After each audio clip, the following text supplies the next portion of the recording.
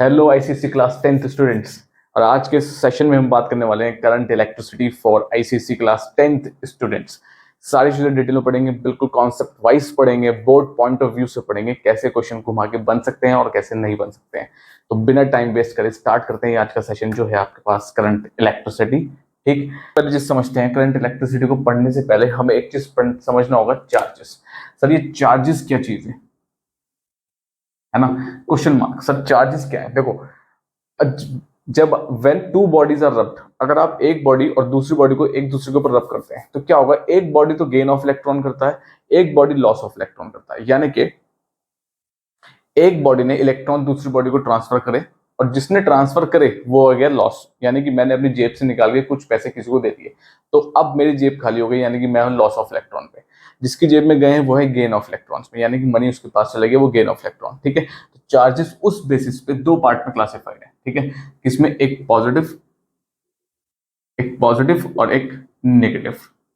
ठीक है, एक पॉजिटिव चार्ज जिसको हम प्लस से डिनोट करेंगे और एक नेगेटिव चार्ज जिसको हम माइनस से डिनोट करेंगे। ठीक है, इन्हीं चार्जेस के फ्लो की वजह से, ठीक है, क्या होता है, इलेक्ट्रिसिटी या करंट कंडक्ट होता है। ठीक है, चार्जेस फ्लो नहीं करेंगे तो इलेक्ट्रिसिटी कंडक्ट नहीं होगी। ठीक है, तो जनरली, और अगर मैं कह सकता हूं इसको नेगेटिव और पॉजिटिव, यानी कि पॉजिटिव जनरली क्या ले सकते हैं आप, जैसे कि हो गया प्रोटॉन्स। ठीक है, लेकिन प्रोटॉन्स न्यूक्लियस में लाई करते हैं तो इनको डिटैच करना बहुत इंपॉसिबल है। ठीक है, बहुत ज्यादा हार्ड होगा। तो यानी कि ये जो है ना, जनरली इनका मूवमेंट नहीं होता। लेकिन नेगेटिव की बात करते हैं, नेगेटिव में आता है कौन आपके पास, इलेक्ट्रॉन्स। ठीक है, कौन आता है सर, इलेक्ट्रॉन्स। इलेक्ट्रॉन्स ऑर्बिट्स में लाई करते हैं, कहाँ लाई करते हैं, ऑर्बिट्स में। ठीक है, ऑर्बिट्स या फिर शेल्स में लाई करते हैं, तो इनको हम डिटैच इजिली कर सकते हैं। ठीक है, they can be detach easily. ठीक है, तो इनको हम डिटैच यानी कि रिमूव इजीली कर सकते हैं स्मॉल अमाउंट ऑफ हीट देकर। ठीक, और जब भी कभी एक इलेक्ट्रॉन बाहर आता है, यानी कि फ्री इलेक्ट्रॉन, ये फ्री इलेक्ट्रॉन ही आपको क्या करता है, कंडक्ट इलेक्ट्रिसिटी। हमेशा ध्यान रखना, फ्री इलेक्ट्रॉन ही करंट को कंडक्ट, करंट या फिर इलेक्ट्रिसिटी। ठीक है, तो फ्री इलेक्ट्रॉन होना चाहिए तभी आपके पास इलेक्ट्रिसिटी कंडक्ट होगी, वरना नहीं होगी, कोई प्रॉब्लम। ठीक है, तो चार्जेस दो पार्ट में क्लासिफाइड हो गए। ठीक, एक पॉजिटिव और एक नेगेटिव। ठीक, अब एक और चीज बात करते हैं। अब जब चार्जेस हैं तो सर चार्जेस का रिप्रेजेंटेशन क्या है ना, तो इट इज डिनोटेड बाय किससे कर सकते हैं, या तो हम स्मॉल क्यू से कर सकते हैं और कैपिटल क्यू से कर सकते हैं आप। ठीक है, तो चार्जेस को डिनोशन क्या है, स्मॉल क्यू या फिर कैपिटल क्यू। ठीक, अच्छा, प्लस आती है सर यूनिट की बात। इनकी सर यूनिट क्या है? ठीक है, तो देखो चार्जेस का ऐसा यूनिट जो होती है वो होती है आपके पास कूलम। क्या होती है सर? कूलम। डिनोट करते हैं स्मॉल, सॉरी कैपिटल सी से, कोई दिक्कत। ठीक, और भी आपके पास स्मॉलर यूनिट्स हो सकती हैं, जैसे कि आपके पास हो गया माइक्रो कूलम। माइक्रो का मतलब 10⁻⁻⁶ कूलम। ठीक है, मिली कूलम। ठीक, यानी कि 10⁻³ कूलम। ठीक है, तो ये स्मॉलर यूनिट्स हो जाती हैं किसकी, चार्ज की। कोई प्रॉब्लम यहाँ तक, कोई भी दिक्कत है किसी को? ठीक है, अच्छा, एक जनरल एक पॉइंट ऑफ व्यू से हम इसको एक और चीज से डिनोट कर सकते हैं जो आपको बहुत रेयरली देखने को मिलता है, लेकिन हायर हायर चैप्टर्स में देखने को मिलेगा। ई क्या होता है? Electronic charge. क्या होता है सर? Electronic charge. ठीक है, ना तो ये प्लस है अभी, ना ये माइनस है। प्लस लगेगा तो ये प्रोटॉन है, माइनस लगेगा तो ये इलेक्ट्रॉन है। ठीक है, सेमीकंडक्टर्स में आगे फर्दर पढ़ेंगे तो ये इसका कॉन्सेप्ट आ जाता है होल्स का। ठीक है, कोई प्रॉब्लम। ठीक, तो ये आपके पास हो गया। अच्छा, एक एक चार्ज के पास, अगर मैं चार्ज की बात करता हूं तो उसके पास सर कितना वैल्यू कितनी होती है? तो सिंपल सी बात समझो, अगर ये प्रोटॉन है या फिर ये वो इलेक्ट्रॉन है तो कितना होगा, 1.6 इंटू 10⁻⁻19 कूलम। इतना चार्ज कैरी करता है एक एक चार्ज, इतनी क्वांटिटी कैरी करता है। कोई प्रॉब्लम? ठीक है, सही है। तो एक इलेक्ट्रॉन पे आपके पास चार्ज है -1.6 इंटू 10⁻⁻19 कूलम। माइनस साइन क्यों आएगी? वो इलेक्ट्रॉन को रिप्रेजेंट करेगा माइनस। ठीक है, क्योंकि इलेक्ट्रॉन क्या होते हैं, जनरली नेगेटिव चार्ज पार्टिकल होते हैं। नेगेटिव चार्ज पार्टिकल है तो इसका साइन माइनस आ गया। ठीक है, अब मैं पूछता हूं तुमसे, एक कूलम में कितने होंगे सर? एक कूलम में मैंने मान लिया सपोज x होंगे सर, है ना। तो सिंपल सी बात है, क्रॉस मल्टीप्लाई ये इसके साथ और ये इसके साथ, तो कितना आ गया, x into 1.6 into 10⁻⁻19 is equal to 1 coulomb. ठीक है, कोई प्रॉब्लम? सही। अब करना क्या है, अब ये जो x है ना, इस x को मैं नीचे ले जाता हूँ, तो 1/1.6 इंटू 10⁻⁻19। ठीक है, ये 19 तो चला गया सपोज ऊपर। ठीक है, तो जो यहाँ से वैल्यू आती है वो कितनी आती है, 0.625 इंटू 10⁻19 इलेक्ट्रॉन्स। ठीक है, क्योंकि हमने इलेक्ट्रॉन के नीचे x लिखा था तो इतने, यानी कि एक कूलम में कितने इलेक्ट्रॉन्स होंगे सर, 6.625 इंटू 10 की पावर 19, और इसको सिंप्लीफाई करना तो क्या आप लिख सकते हैं 6.25 इंटू 10 की पावर 18 कूलम। एक मैंने वैल्यू निकाल ली, तो एक कूलम में कितने इलेक्ट्रॉन्स होंगे, सॉरी इतने इलेक्ट्रॉन्स होंगे, कोई प्रॉब्लम है, ठीक है। तो ये बात थी आपके पास जनरली चार्ज की, चार्ज को समझना जरूरी है, ठीक है। अब हम डायरेक्टली बात करेंगे किसकी, करंट। अब करंट, जब चार्ज आपने समझ लिया कि है क्या चीज, अब हम करंट आपको इजीली समझ में आ जाएगा कि करंट है क्या, ठीक। बात कर लेते हैं करंट की। अब जनरली करंट है क्या चीज, देखो जब भी आपने क्या काम किया, दो बॉडीज को कनेक्ट किया, मैं कह रहा हूँ एक बॉडी ए है, एक बॉडी आपके पास बी है, इसको मैंने एक मेटलिक वायर से कनेक्ट कर दिया, ठीक है। किससे कनेक्ट कर दिया, मेटलिक वायर से। ए बॉडी के पास क्या है, मोर नंबर ऑफ इलेक्ट्रॉन्स है, मोर इलेक्ट्रॉन्स है, और इसके पास क्या है, लेस नंबर ऑफ इलेक्ट्रॉन्स है, ठीक है। तो सिंपल सी बात है, चार्जेस कहां से कहां फ्लो करता है, higher concentration to lower concentration.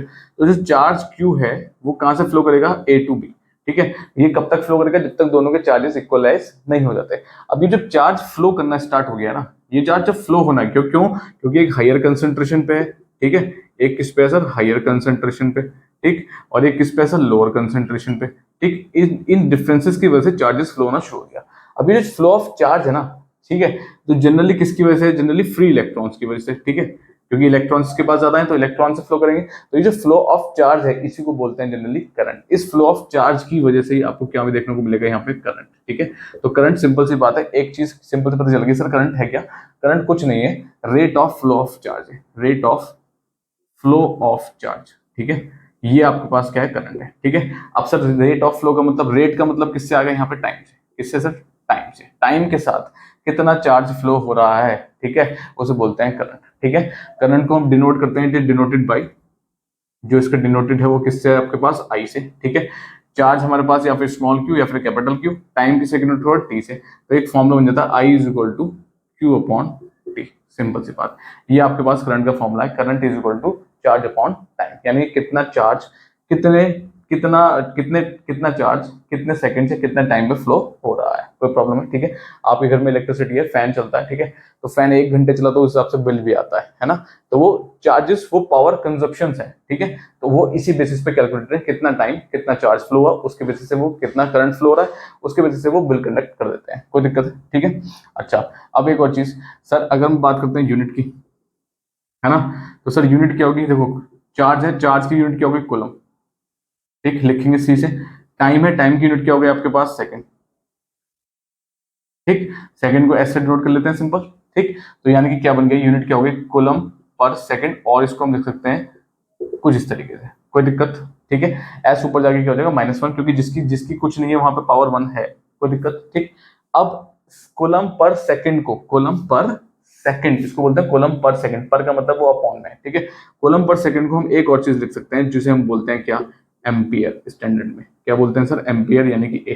तो ऐसा यूनिट अगर हम बात करें, ऐसा यूनिट आपके पास किसकी, करंट की, वो क्या होगी, या तो कूलम पर सेकंड, या फिर इसको ही बोल देते हैं एम्पियर। यानी कि स्कूल का नाम तो है कुछ और, ठीक है, स्कूल का नाम तो है सपोज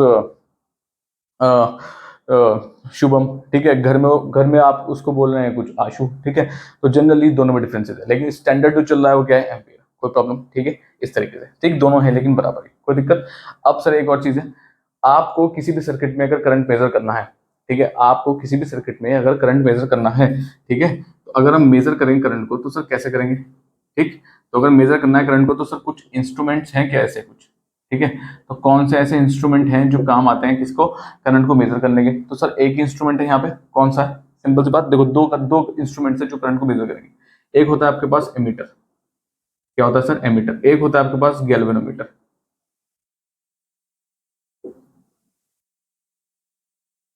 ठीक है, ठीक। तो दो टाइप के इंस्ट्रूमेंट है, एमीटर और गैल्वेनोमीटर, ठीक है। एमीटर और गैल्वेनोमीटर में सब क्या डिफरेंसेस है, देखो जो एमीटर है ना, वो मेजर करता है आपके पास लार्ज करंट, क्या मेजर करता है सर, लार्ज करंट को, ठीक है। और जो गैल्वेनोमीटर वो करता है स्मॉल करंट को मेजर, ठीक है, कोई दिक्कत, ठीक, ठीक। अब ये सर लगेंगे कैसे सर्किट में, कुछ नहीं करना, दोनों को दोनों कैसे लगेंगे, इन सीरीज, सीरीज में लगाओ सर्किट में इनको। फॉर एग्जांपल देखो कैसे, मैं कह रहा हूँ एक सर्किट है, सपोज ये आपके पास सपोज रेजिस्टेंस है, ठीक है, ये आपके पास की है, और ये आपके पास बैटरी है सपोज। अब मैं क्या काम करूंगा, इस एमीटर को ना यहाँ लगा दूंगा सीरीज में, खत्म, ठीक है। गैल्वेनोमीटर को क्या लगा दूंगा, सीरीज में, ठीक है, कोई दिक्कत है। ये आपके पास सपोज बल्ब है, ठीक। तो यानी कि मेजर करने के लिए दोनों इंस्ट्रूमेंट कहाँ लगेंगे सर, सर्किट में, सर्किट के कहाँ लगेंगे सर, सर्किट के सीरीज में लगेंगे, कहाँ लगेंगे सर, सीरीज, कोई प्रॉब्लम है, ठीक है, सही है, ये बात है आपके पास।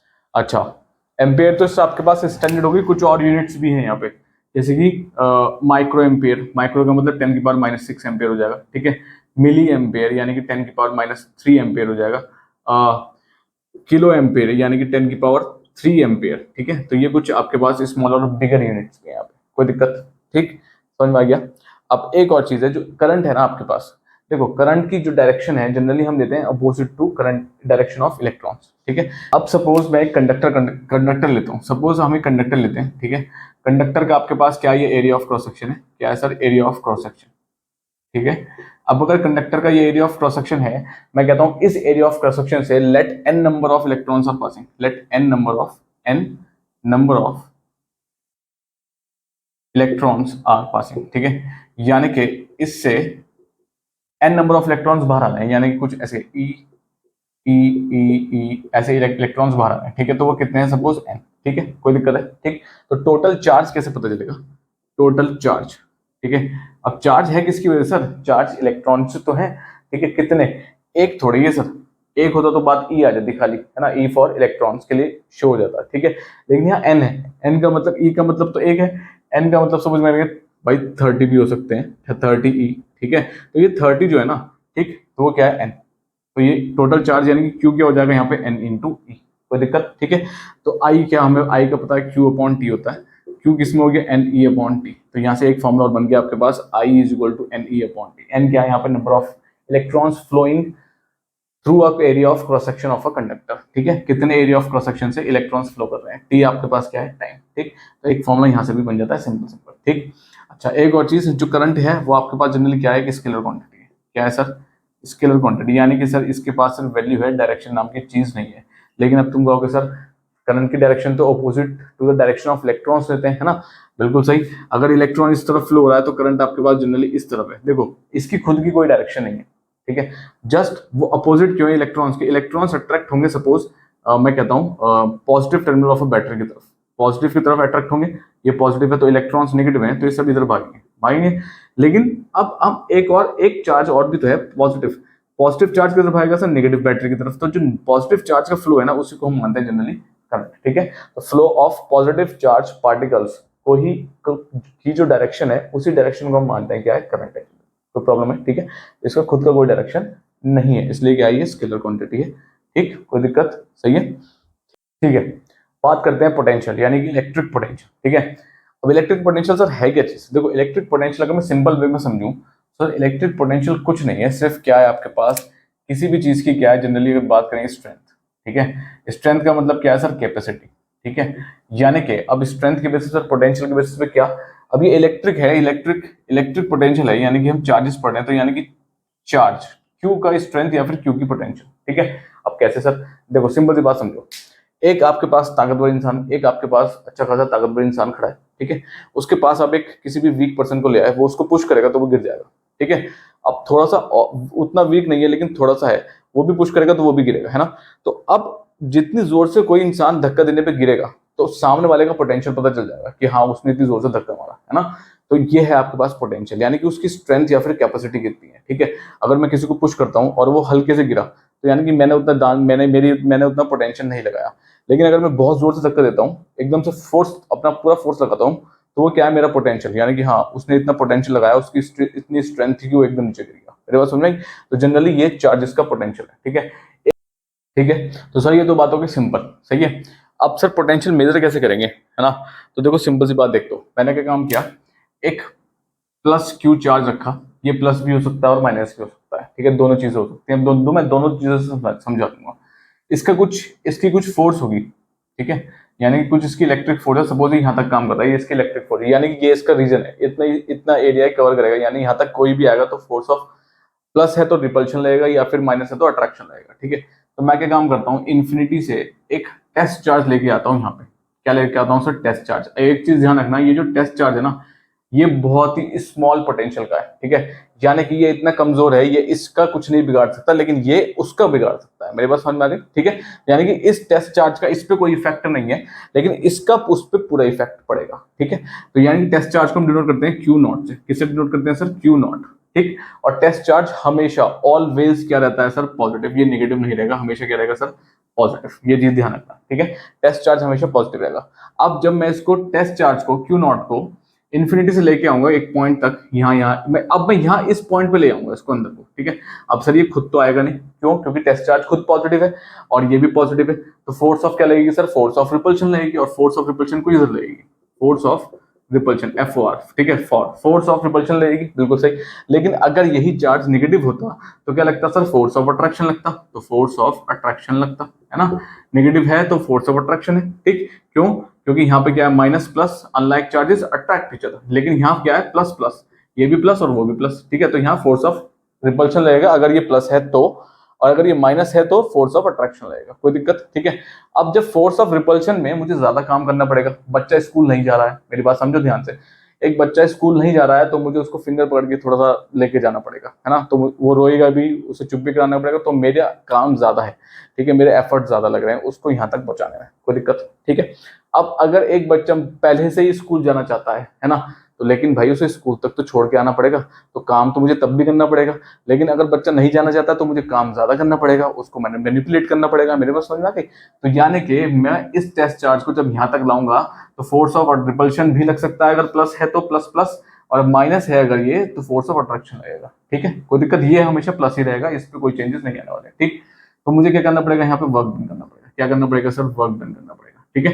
तो अब मैं कितना काम कर रहा हूं, ठीक है, तो मैं कितना काम करूंगा इस टेस्ट चार्ज को यहाँ तक लाने में, वो बताएगा कि इस चार्ज का पोटेंशियल कितना होगा। तो जनरली पोटेंशियल जो है ना, वो किसके बेसिस पे फाइंड आउट होगा, जनरली वर्क डन, ठीक है, work done on test charge. कोई दिक्कत है, कोई भी दिक्कत है, कितना काम मैं टेस्ट चार्ज पे करूंगा उसके बेसिस पे सामने वाले का पोटेंशियल पता चल जाएगा मुझे, कोई दिक्कत, समझ में आ गई, ठीक है।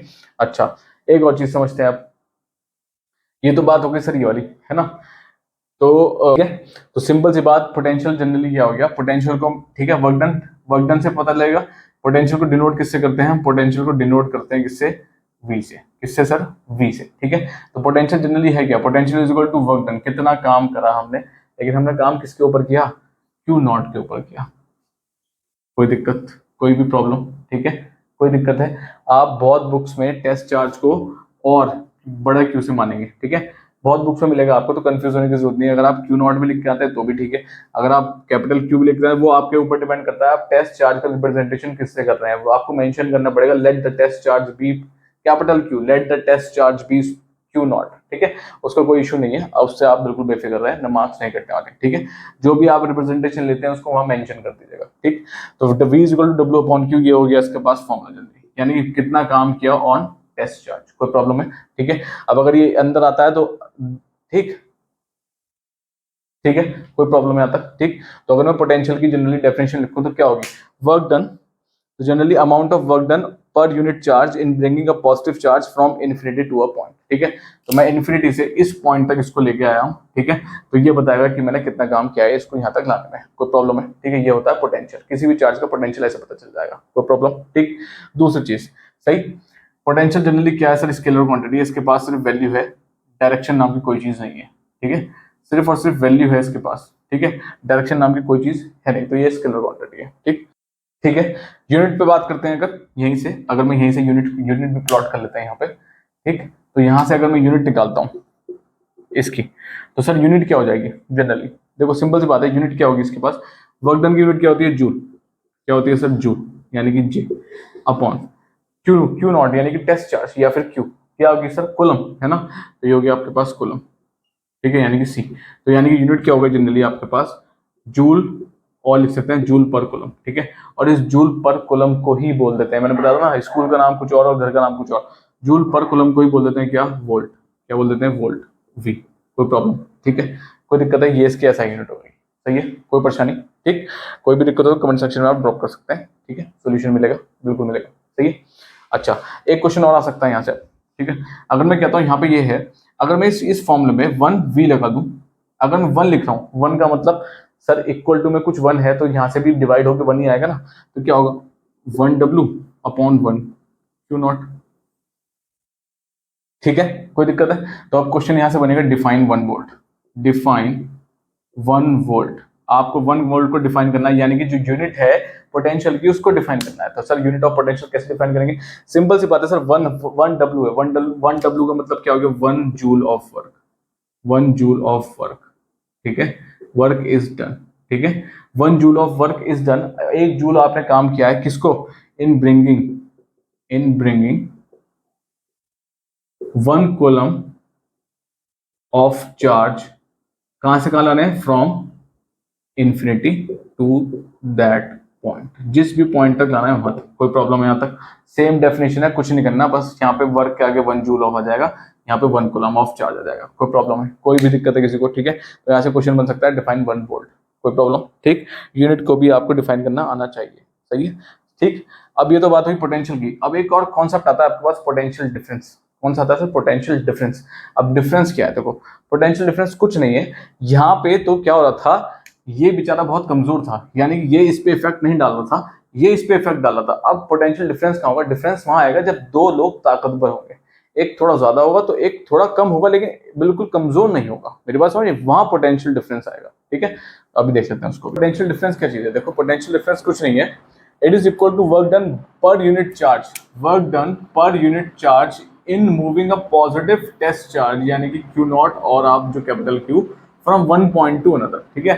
1 पॉइंट टू अनदर का मतलब एक पॉइंट सपोज मैंने ए माना, एक सपोज मैंने बी माना, कोई दिक्कत? अब कैसे सर? इन्फिनिटी से तो मैं लेके आ गया यहाँ तक। अब ये पॉइंट आपके पास सपोज क्या कह रहा हूँ मैं, बी है, ये वाला पॉइंट सपोज मैं कह रहा हूँ आपके पास ए, कोई दिक्कत है? ठीक है। अब क्या हो रहा है, यहाँ पे रखा है क्यू प्लस का क्यू, ठीक है। अब इस पॉइंट तक सपोज मुझे लाना है पी तक, लेकिन मैं यहाँ से यहाँ ले आया इसको, मैं फ्रॉम बी से ए ले आया। एक चीज ध्यान समझो, जो आपके पास पोटेंशियल है वो इनवर्सली प्रोपोर्शनल डिस्टेंस के है, ये चीज ध्यान रखना मेरी बात, ठीक है। तो जो पोटेंशियल है वो इनवर्सली प्रोपोर्शनल होता है डिस्टेंस के। यहाँ से यहाँ तक का जो डिस्टेंस है वो ज्यादा है, यहाँ से यहाँ तक का डिस्टेंस कम है, तो इस पॉइंट पे पोटेंशियल आपके पास वी ए जो होगा वो आपके पास होगा मोर, ठीक है। क्यों? डिस्टेंस कम, यानी कि पोटेंशियल आपके पास अगर इंक्रीज ज्यादा होगा तो डिस्टेंस कम होगा, पोटेंशियल कम होगा तो डिस्टेंस ज्यादा होगा, ठीक है। और यहाँ पे आ जाते हैं, अगर बी वाले पे आ जाते हैं, तो बी वाले पे सर डिस्टेंस ज्यादा है, डिस्टेंस ज्यादा का मतलब यहाँ जो वी बी होगा वो आपके पास क्या होगा? लेस। कोई प्रॉब्लम है यहाँ तक? ठीक है। अब मैं टेस्ट चार्ज को सिर्फ यहाँ ला रहा हूँ, इस टेस्ट चार्ज को मैं बी से ए तक ला रहा हूँ, ये है बात, ठीक है। तो दोनों आसपास ही है, तो इसका थोड़ा ज्यादा है, इसका थोड़ा कम है, बस इतना सा डिफरेंस है, समझ में आई बात नहीं? ठीक है। तो इस कंडीशन में जो ज्यादा है V A minus V B, इसे कहते हैं potential, W upon Q not. कोई प्रॉब्लम है? इसे कहते हैं पोटेंशियल डिफरेंस। दो पॉइंट्स में डिफरेंस है, किसके बेसिस पे? डिस्टेंस के बेसिस पे। अगर डिस्टेंस ज्यादा है तो पोटेंशियल कम है, अगर डिस्टेंस कम है, ये डिस्टेंस कम है, तो पोटेंशियल ज्यादा है।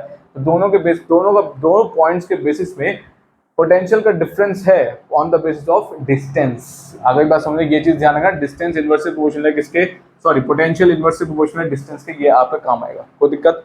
ठीक है। तो होता है V A minus V B is equal W upon Q not. कोई दिक्कत है यहाँ तक? कोई भी परेशानी? ठीक है, समझ में आ गया? सिंपल सी कहानी है, ठीक है। अच्छा, एक और चीज, पोटेंशियल स्केलर क्वांटिटी है, हमने पहली बात कर ली थी, प्लस अब एक और चीज आती है, सर इसको मेजर कैसे करेंगे सर्किट में?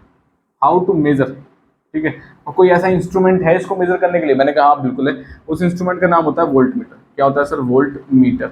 अब सर ये वोल्ट मीटर कनेक्ट कैसे करेंगे? ठीक है, कनेक्ट कैसे करेंगे किसी भी सर्किट में? Question mark.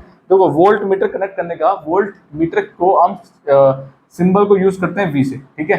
अब इसको यूज करने का सिंबल सा देखा, ये अगर सर्किट में लगता है, यानी कि अगर ये सर्किट में क्या होता है, कनेक्ट होता है सर्किट में, ठीक है, तो हमेशा ये सर्किट में कनेक्ट होता है इन पैरेलल में चलता है ये, ठीक है। ठीक है, एमीटर चल रहा था सीरीज में, ये चलेगा पैरेलल में। फॉर एग्जांपल सर कोई एग्जांपल लेके देख सकते हैं सर्किट का, है ना। मैंने कहा बिल्कुल लेते, देखो सर्किट एक लेते हैं सर्किट, यार ठीक है। ये बल्ब है सपोज आपके पास, ये आपके पास की है, और ये आपके पास बैटरी है सपोज, सेल है, ठीक है। तो आप सेल के साथ आप इसको किस में लगाएंगे? पैरेलल में, यानी कि कुछ इस तरीके से। ये हो गया आपके पास पैरेलल सर्किट, ठीक है। यानी कि पैरेलल कैसे हुआ? देखो करंट है, अब पैरेलल का तरीका क्या है सर? पैरेलल कैसे पता चलेगा कि ये पैरेलल है? सिंपल सी बात, देखो जहां पे करंट के पास जाने के दो रास्ते होंगे, वो सर्किट आपके पास क्या होगा? पैरेलल होगा। करंट के पास अगर दो रास्ते हैं तो वो पैरेलल है। कैसे? देखो, प्लस से करंट निकला पॉजिटिव से, अब करंट यहाँ आया, तो करंट के पास एक रास्ता तो ये जा रहा है सीधा, एक रास्ता नीचे आ रहा है, समझ में आ रही बात? तो करंट यहाँ तक आया, एक रास्ता सीधे गया, एक रास्ता नीचे गया, तो अब करंट के पास दो रास्ते हैं, या तो वो सीधे जाएगा, इधर जाएगा या फिर वो इधर आएगा। समझ में आएगी बात नहीं? तो जहाँ पे भी करंट के पास दो रास्ते हों, दो से ज्यादा रास्ते हों, वैसे ये सर्किट किसमें होते हैं जनरली? पैरेलल में। कैसे होते हैं? पैरेलल में। ठीक है, अब एमीटर की बात करते हैं सर। एमीटर के पास देखो एक वो भी समझ लेते हैं। ठीक है, देखो जरा, अब मैं कहता हूँ यहाँ से ये करंट निकला, यहाँ से आई, तो करंट के पास एक ही रास्ता है सर, एक ही रास्ता है, और एमीटर से अंदर वापस आ जाएगा यहाँ पे। तो यहाँ पे करंट के पास सिर्फ एक ही रास्ता है, करंट के पास दो रास्ते नहीं है, तीन रास्ते नहीं है। ठीक है, ऐसे सर्किट होते हैं किसमें? सीरीज में। ये चीज ध्यान रखना मेरी बात। ठीक है, कोई दिक्कत है? समझ में आगे बात? तो ये सिंपल है आपके पास, इस तरीके से आप सर्किट में इसको शो कर सकते हैं, कोई प्रॉब्लम है? ठीक है, तो ये बात थी पोटेंशियल और पोटेंशियल डिफरेंस।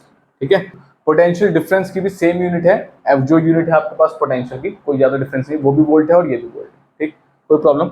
अब हम बात करते हैं सिंपल रेजिस्टेंस पे। सर ये रेजिस्टेंस क्या चीज है ना? चलो इसे भी देखते हैं। सबसे पहले इसको समझने से पहले समझते हैं concept of resistance. Sir concept of resistance है क्या चीज? देखो सिंपल सी बात समझते हैं। कॉन्सेप्ट ऑफ रेजिस्टेंस कहां से हुआ? Obstruction offer to the flow of current. Current की डायरेक्शन में जो ऑब्स्ट्रक्शन है, जो रुकावट है, ठीक है, वही क्या है आपके पास? रेजिस्टेंस है। ठीक, अब इसको समझते हैं कुछ इस तरीके से।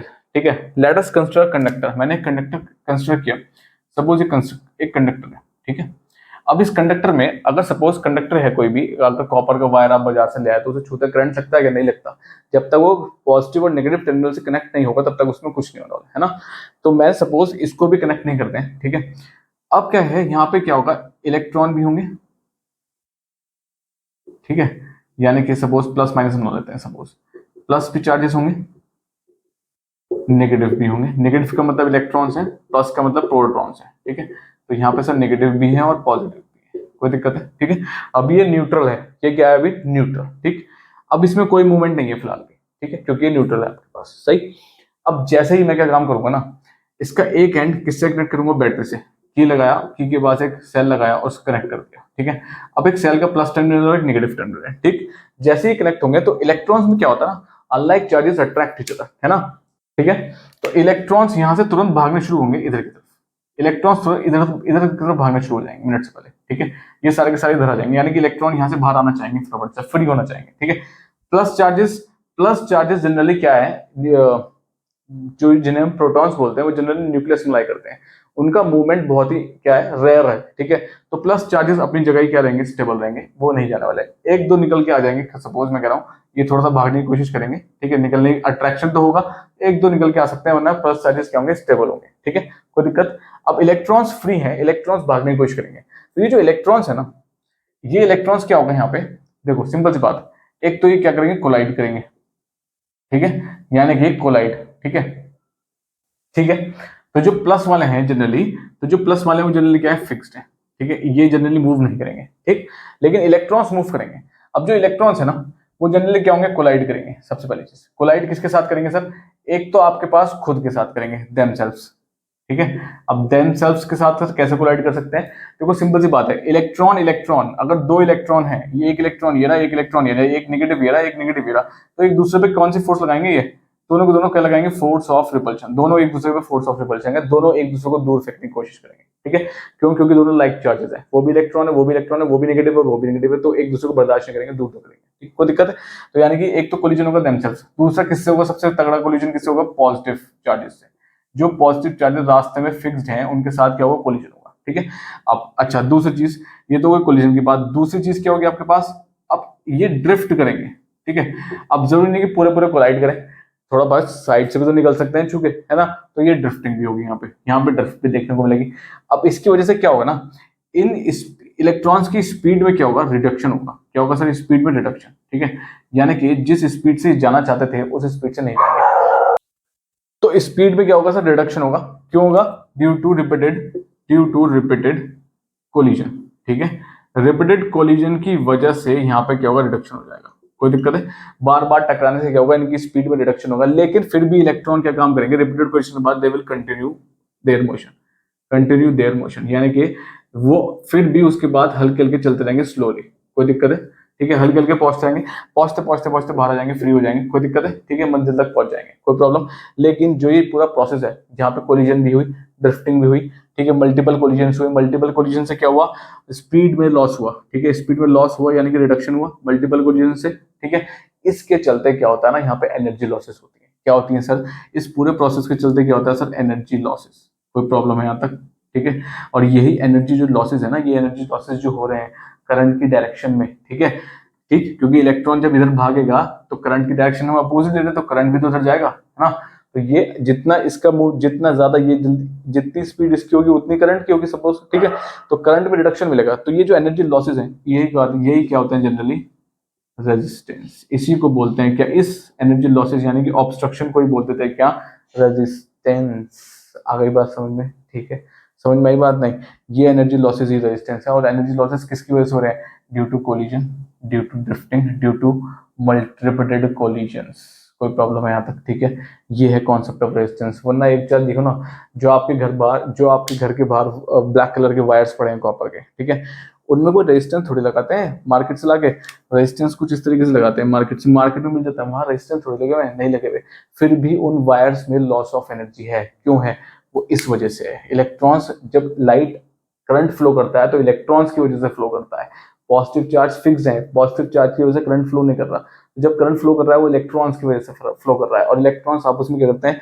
Collide themselves। Positive charge repeated collisions की वजह से स्पीड कम होती है, उस वजह से करंट आपके घर में इलेक्ट्रिसिटी वोल्टेजेस कम आती हैं। आई गई बात समझ में? ठीक है, तो एक पावर प्लांट है, पावर प्लांट से वोल्टेज बहुत ज्यादा छोड़ी जाती है कि लॉन्ग डिस्टेंस तक ट्रेवल करेगा तो कोलिजन ज्यादा होंगे, हीट लॉसेस ज्यादा होंगे, एनर्जी लॉसेस ज्यादा होंगे, तो हमें ज्यादा करंट चाहिए होगा। तो इसलिए किसी भी पावर हाउस से वोल्टेज हमेशा ज्यादा ही आती है, ठीक है, और हमारे घर तक पहुंचते पहुंचते वो वोल्टेज कम हो जाती है। मेरी बात समझ में गई?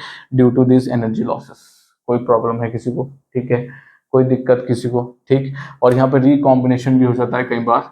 रिकॉम्बिनेशन का मतलब क्या हो गया यहाँ पे? एक पॉजिटिव और एक नेगेटिव के साथ कंप्लीट कोलिजन होता है, तो यहाँ पे सब खत्म हो जाता है और सिर्फ क्या मिलता है? Heat and light energy, heat and light energy. कोई दिक्कत है? ठीक है, तो ये वाला फैक्टर भी यहाँ पे है। ठीक है, कभी देखना तार चलते चलते ना बहुत ज्यादा वायर जो होता है वो गर्म हो जाता है, छूओगे ना बहुत देर तक तो वायर गर्म हो गया होगा, वो इसी वजह से होता है क्योंकि अंदर कोलिजन ड्रिफ्टिंग चल रही है। कोई दिक्कत है? तो वो एनर्जी लॉसेज है। एनर्जी लॉसेज किस फॉर्म में आ रही है? वो हीट की फॉर्म में आ रही है, जब छुएंगे तो वो गर्म हो जाएगा। कोई दिक्कत?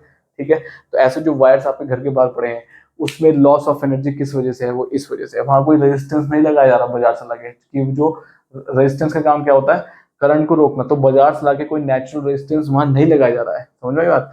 वो इनबिल्ट प्रोसेस है जो चल रहा है वायर के अंदर। कोई प्रॉब्लम? ठीक है, ये है आपके पास रेजिस्टेंस, कॉज ऑफ रेजिस्टेंस या कॉन्सेप्ट ऑफ रेजिस्टेंस सिंपली ये है। ठीक है, इसको आप कॉज ऑफ रेजिस्टेंस भी बोल सकते हैं। ठीक है, कॉज का मतलब रेजिस्टेंस होता क्यों है किसी भी वायर या फिर कंडक्टर में। कोई दिक्कत? सिंपल चीज समझ में आ गया। अब देखते हैं फैक्टर्स अफेक्टिंग रेजिस्टेंस। कौन से ऐसे फैक्टर्स हैं जो रेजिस्टेंस को इफेक्ट करते हैं यहाँ पर ऑफ अ कंडक्टर या फिर वायर के? ठीक है, सबसे पहले आता है नेचर ऑफ कंडक्टर।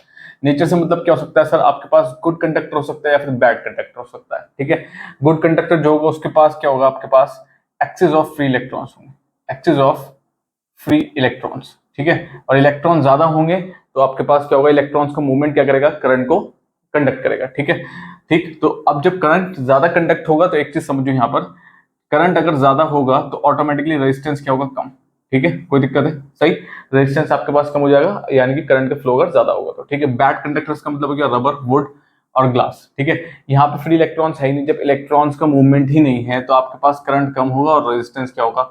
ज्यादा। कोई दिक्कत है? ठीक है, सेकेंड आता है length of conductor. Length of conductor क्या है? दोनों डायरेक्टली प्रोपोर्शनल एक दूसरे के। ठीक है, यानी कि अगर रेजिस्टेंस बढ़ेगा तो लेंथ भी इंक्रीज होने वाली है, रेजिस्टेंस डिक्रीज होगा तो यानी कि लेंथ कम है। कोई दिक्कत? अब कैसे सर? देखो, दो कंडक्टर्स लेते हैं, एक सपोज ये है, इसकी लेंथ कम है, एक सपोज ये है, इसकी लेंथ ज्यादा है। ठीक है, कोई दिक्कत? अब एक चीज देखो जरा, अगर इलेक्ट्रॉन यहां से यहां सफर करता है, यहां से यहां आता है, तो कम लेंथ ट्रेवल करना पड़ रहा है यानी कि कम कोलिजन है, लेस कोलिजन है और जल्दी बाहर आ जाएगा। ठीक है, लेकिन अगर यही इलेक्ट्रॉन यहाँ पे है, इसको लेंथ ज्यादा कवर करनी पड़ेगी यानी कि मोर कोलिजन। मोर कोलिजन होगा, मोर कोलिजन का मतलब होगा यहाँ पर मोर एनर्जी लॉस। ठीक है, मोर एनर्जी लॉस, और जितना ज्यादा एनर्जी लॉस होगा रेजिस्टेंस भी उतना ही क्या होगा? ज्यादा होगा। कोई दिक्कत? ठीक है, तो जैसे जैसे लेंथ बढ़ेगी रेजिस्टेंस भी बढ़ेगा। अगर मैं लेंथ को डबल करता हूं तो रेजिस्टेंस भी क्या हो जाएगा? डबल। ठीक है, लेंथ को ट्रिपल करता हूं तो रेजिस्टेंस भी क्या हो जाएगा? ट्रिपल। ठीक है, कोई दिक्कत? अब आती है बात थिकनेस की। थिकनेस जनरली क्या है आपके पास? जनरली क्या है? Area, area of cross section. ठीक है, थिकनेस का मतलब क्या है? यहाँ पे एरिया ऑफ क्रॉस सेक्शन से। ठीक, अब एरिया ऑफ क्रॉस सेक्शन से अगर बात करें तो रेजिस्टेंस और एरिया यानी कि तो रेजिस्टेंस या फिर एरिया कैसे रिलेटेड है? रेजिस्टेंस और एरिया एक दूसरे के क्या है? Inversely proportional. ठीक है, क्या है सर? इनवर्सली प्रोपोर्शनल, यानी कि अगर आपके पास एरिया इंक्रीज है तो रेजिस्टेंस क्या होगा? कम। ठीक है, और अगर रेजिस्टेंस ज्यादा होने का मतलब क्या है? एरिया क्या है? कम। फॉर एग्जाम्पल, दो एग्जाम्पल ले लेते हैं फटाफट से, और ये इंपॉर्टेंट है, यहाँ से देखो क्वेश्चन बनते हैं आपके पास, एमसीक्यू में सब जगह बनते हैं। ठीक है, कोई दिक्कत? अब देखो कैसे, अगर मैं कहता हूँ सपोज एक ये है, एक आपके पास ये है। ठीक है, ठीक, तो एक बार बताओ, एक एक रोड है जो बहुत ही नैरो है, एक रोड है जो बहुत वाइड है। तो नैरो रोड पे एक्सीडेंट के चांसेस ज्यादा हैं क्योंकि वहां कोलिजन ज्यादा होगा। वाइड रोड पे एक्सीडेंट के चांसेस कम है क्योंकि आराम से आपके पास बहुत स्पेस है निकलने के लिए। वो यहाँ कंडीशन है। यहाँ पे इलेक्ट्रॉन्स बेचारे हैं, प्लस भी है माइनस भी है, तो ये जाएंगे तो कोलिजन होना होना है। ठीक है, तो कोलिजन ज्यादा है यानी कि एक्सीडेंट के चांसेस ज्यादा है। लेकिन जब वाइड रोड है तो आराम से, देखो खुली जगह है, आराम से निकल जाएगा बाहर, कोई प्रॉब्लम नहीं। थोड़ा बहुत लेस कोलिजन होगा, यहाँ पे क्या होगा? यहाँ मोर होगा, यहाँ पर बहुत कम चांसेस है, लेस चांसेस है कोलिजन के। ठीक है, यहाँ पे क्या है? Less chances of collision. ठीक है, होगा लेकिन बहुत कम होगा। ठीक है, इस वजह से जब आपके पास लेस कोलिजन है, लेस कोलिजन का मतलब लेस एनर्जी लॉस, और लेस एनर्जी लॉस का मतलब क्या हो गया? आपके पास रेजिस्टेंस आपको क्या होगा? कम। रेजिस्टेंस क्या हो जाएगा? डिक्रीज। ठीक है, arrow down means decrease, arrow up means increase. ठीक है, या फिर लेस और मोर। ठीक है, एरो डाउन है तो लेस है, एरो अप है तो मोर है, कोई दिक्कत है? ठीक है, ये हो गया आपके पास एरिया का कॉन्सेप्ट। लेकिन एरिया में एक और चीज समझने की जरूरत है जो कि बहुत इंपॉर्टेंट, जो आपसे पूछी जाती है। ठीक है, अगर एरिया जनरली क्या होगा? एरिया होगा सपोज पाई आर स्क्वायर। ठीक है, रेडियस का सेम कॉन्सेप्ट आ जाता है यहाँ पर। ठीक है, अगर मैं कहता हूँ आपके पास रेडियस 2 है तो एरिया कितना होगा सर? 4। एरिया कितना होगा सर? 4, क्योंकि आर का स्क्वायर करेंगे तो 4 आ जाएगा। अब रेजिस्टेंस क्या होगा सर? अगर एरिया आपके पास डबल्ड हो रहा है या फिर ट्रिपल्ड हो रहा है तो आपके पास यहां से रेजिस्टेंस क्या हो जाएगा सर? 1/4 टाइम्स। ठीक है, 1/4 टाइम्स, कोई दिक्कत है? अगर मैं एक और एग्जांपल लेता हूं, अगर मैं कहता हूं आपके पास एरिया सपोज आपके पास 9 है, क्यों? क्योंकि रेडियस आपके पास कितना है? 3। ठीक है, तो आपके पास रेडियस कितना है सर? 3 है, तो एरिया कितना होगा? 9। तो जो रेजिस्टेंस होगा ना वो 1/9 टाइम हो जाएगा। ठीक है, प्रीवियस वाले का। तो ये चीज ध्यान रखने वाली बात है, ये क्वेश्चन पूछा जाता है। ठीक है, if radius of a wire is 2, ठीक है, what will be the area and how will the resistance of the wire decrease और इंक्रीज? ठीक है, तो रेजिस्टेंस ऑफ वायर डिक्रीज हो जाएगा 1/4 टाइम्स, और अगर आपके पास रेडियस 3 है तो एरिया 9 हो जाएगा आर स्क्वायर से, पाई आर स्क्वायर से। ठीक है, यानी कि यहाँ पे इस आर की जगह पे हम 3 का स्क्वायर रख देंगे तो 9 आ जाएगा। ठीक है, और जो रेजिस्टेंस होगा वो डिक्रीज हो जाएगा 1/9 टाइम्स ऑफ ओरिजिनल रेजिस्टेंस। कोई दिक्कत है? जो पहले था, जो पहले रेजिस्टेंस था उसका 1/9 टाइम्स हो जाएगा। आ गई बात समझ में? ये चीजें इंपॉर्टेंट है, यहाँ से आपके पास क्वेश्चन पूछेगा बोर्ड। ठीक है, चाहे केस स्टडी में पूछे, चाहे असर्शन रीजनिंग में पूछे, चाहे कैसे भी पूछे, तो ये चीजें समझनी जरूरी है। कोई दिक्कत? ठीक है, सही है, समझ में आ गई बात? ठीक, कुछ नहीं करना, देखो यहाँ पे इन्वर्सली प्रोपोर्शनल है ना, तो यहाँ पे सिंपल सिंपल ये हो जाएगा ना। ठीक है, कोई दिक्कत? बस सही। बात आती है टेम्परेचर की। देखो टेम्परेचर की बात बहुत सिंपल सी है। क्या होगा? आपको एक चीज ध्यान रखनी है, अगर आपके पास रेजिस्टेंस जो है ना वो डायरेक्टली प्रोपोर्शनल है टेम्परेचर के। रेजिस्टेंस क्या है? डायरेक्टली प्रोपोर्शनल, यानी कि रेजिस्टेंस बढ़ेगा, टेम्परेचर इंक्रीज होगा तो रेजिस्टेंस इंक्रीज होगा, टेम्परेचर डिक्रीज होगा तो रेजिस्टेंस भी डिक्रीज होगा। आपके साथ कैसे? ये वाला लॉजिक सर कैसा है यहाँ पे? है ना, देखो सिंपल सी बात है। अगर मैं किसी किसी भी कंडक्टर को हीट करता हूँ तो जब जब उसको हीट देंगे तो उसमें क्या होगा सर? रैंडम मोशन शुरू हो जाएगा इलेक्ट्रॉन्स। रैंडम मोशन का मतलब वो भागने शुरू हो जाएंगे। जितना ज्यादा रैंडम मोशन होगा इधर उधर इधर उधर, उतना ज्यादा कोलिजन होगा, और जितना ज्यादा कोलिजन होगा और जितना ज्यादा ड्रिफ्टिंग होगी उतना ही एनर्जी लॉस होगा, और जितना ज्यादा एनर्जी लॉस होगा, एनर्जी लॉस ही तो क्या है? रेजिस्टेंस ही तो है ना, तो उतना ही ज्यादा आपके पास क्या मिलेगा? रेजिस्टेंस मिलेगा। तो टेम्परेचर की क्या है? डायरेक्टली प्रोपोर्शनल है। कोई प्रॉब्लम है? ये है factors affecting resistance of a wire और अ कंडक्टर। ठीक है, यहाँ पे ये चीजें ध्यान रखनी है, लेंथ डबल होगी तो रेजिस्टेंस भी डबल होगा। ठीक है, और यहाँ पे एरिया अगर आपके पास 9 है तो रेजिस्टेंस हो जाएगा 1/9 टाइम्स, डिक्रीज हो जाएगा रेजिस्टेंस। कोई दिक्कत? ठीक है, आ गई बात समझ में? सही है, ठीक। तो ये 1/9 टाइम्स होगा ओरिजिनल एरिया, ओरिजिनल रेजिस्टेंस की, ओरिजिनल रेजिस्टेंस की। ठीक है, ठीक, यानी कि यहाँ पे डिक्रीज हो जाएगा मिनट से पहले। ठीक है, और अगर एरिया डिक्रीज करेंगे तो रेजिस्टेंस इंक्रीज हो जाएगा, अपोजिट। कोई दिक्कत? ठीक है, नेक्स्ट बात करते हैं ओम्स लॉ की। अब सर ये ओम्स लॉ क्या कहता है? मोस्ट इंपोर्टेंट है। देखो ओम्स लॉ क्या कहता है? Current flowing in a conductor, जो करंट कंडक्टर में फ्लो हो रहा है, current flowing in a conductor is directly proportional to the potential difference applied across the ends of a conductor. ठीक है, तो जो एक कंडक्टर है, सपोज ये कंडक्टर है, ठीक है, इस कंडक्टर के अंदर जो करंट फ्लो हो रहा है, ठीक, वो डायरेक्टली प्रोपोर्शनल होगा जो पोटेंशियल डिफरेंस आपने अप्लाई किया है across the ends of a conductor, एक एंड ये रहा आपके पास कंडक्टर एंड 1 और एक ये रहा आपके पास एंड 2, इसके अक्रॉस क्या अप्लाई कर रखा है आपने, पोटेंशियल डिफरेंस V, ठीक है, ये पोटेंशियल डिफरेंस आपने यहाँ अप्लाई कर रखा है, ठीक है। तो वो कह रहा है जो आपके पास करंट है वो इसके क्या है, डायरेक्टली प्रोपोर्शनल है, ठीक है। तो यानी कि I आपके पास, अगर मैं सिंपल लिखता हूँ, V आपके पास डायरेक्टली प्रोपोर्शनल हो गया I के, कोई दिक्कत है, ठीक है। कहने का मतलब अगर V डबल होगा तो I भी डबल होगा, ठीक है, ये कहता है आपके पास सिंपल सी बात, ओम्स लॉ, ठीक है। अब इस प्रोपोर्शनल साइन को हमें हटाना पड़ेगा, तो एक कांस्टेंट आएगा, तो वो क्या हो गया आपके पास IR, ठीक है। अब यहाँ पे R क्या है, R आपके पास क्या है, कांस्टेंट, प्रोपोर्शनल कांस्टेंट है, क्या है सर ये, प्रोपोर्शनल कांस्टेंट, ठीक है, ठीक। अब यही जो प्रोपोर्शनल कांस्टेंट है ना यहाँ पे R, इसी को हम बोलते हैं क्या सर, रेजिस्टेंस, क्या बोलते हैं सर, रेजिस्टेंस, ठीक है। अब ये रेजिस्टेंस कैसा आएगा, अगर मैं I को नीचे ले जाता हूँ तो V, तो ये बात तो हो गई पूरी किसकी, ओम्स लॉ की, ये आपको लिख के आना पड़ेगा स्टेटमेंट, ठीक, स्टेटमेंट के ठीक नीचे आपको ये मेंशन करना पड़ेगा, कोई दिक्कत है। अच्छा, अब मैं क्या काम करता हूँ, R को नहीं छोड़ते हैं, V अपॉन I ले लेते हैं, I को नीचे ले जाते हैं, I बचा R, तो जो IR है ना, अब वो R कैसे रहा है, देखो जो यहाँ पे R है वो जनरली क्या है, रेशियो है, ratio of V to I, ठीक है, वोल्टेज पोटेंशियल डिफरेंस और करंट का रेशियो है, ठीक है। जब भी कभी कोई क्वांटिटी रेशियो में आती है, ठीक है, तो जनरली वो आपको क्या देगी, स्लोप, ठीक है। किसी भी ग्राफ का स्लोप ऑफ ग्राफ आपको क्या मिलेगा, स्लोप ऑफ ग्राफ। कहने का मतलब मेरा ये है, अगर मैं यहाँ पे V और I प्लॉट करता हूँ, ये गया V और ये गया I, ठीक है, ये गया Y एक्सिस पे, ये गया एक्सिस पे, तो जो इनका बीच में से जो लाइन सपोज ये जाएगी ये वाली, ठीक है, ये होगा आपके पास रेजिस्टेंस और ये क्या होगा आपके पास, स्लोप, ठीक है। कोई दिक्कत, कोई भी दिक्कत है किसी को, ठीक है, ये है जनरली ओम्स लॉ, ठीक, कोई प्रॉब्लम है, सही है। अच्छा, यूनिट पे बात कर लेते हैं अगर रेजिस्टेंस की, यूनिट ऑफ रेजिस्टेंस, ठीक है। तो यूनिट ऑफ रेजिस्टेंस क्या होगी सर, फॉर्मूला क्या है, V अपॉन I, ठीक है।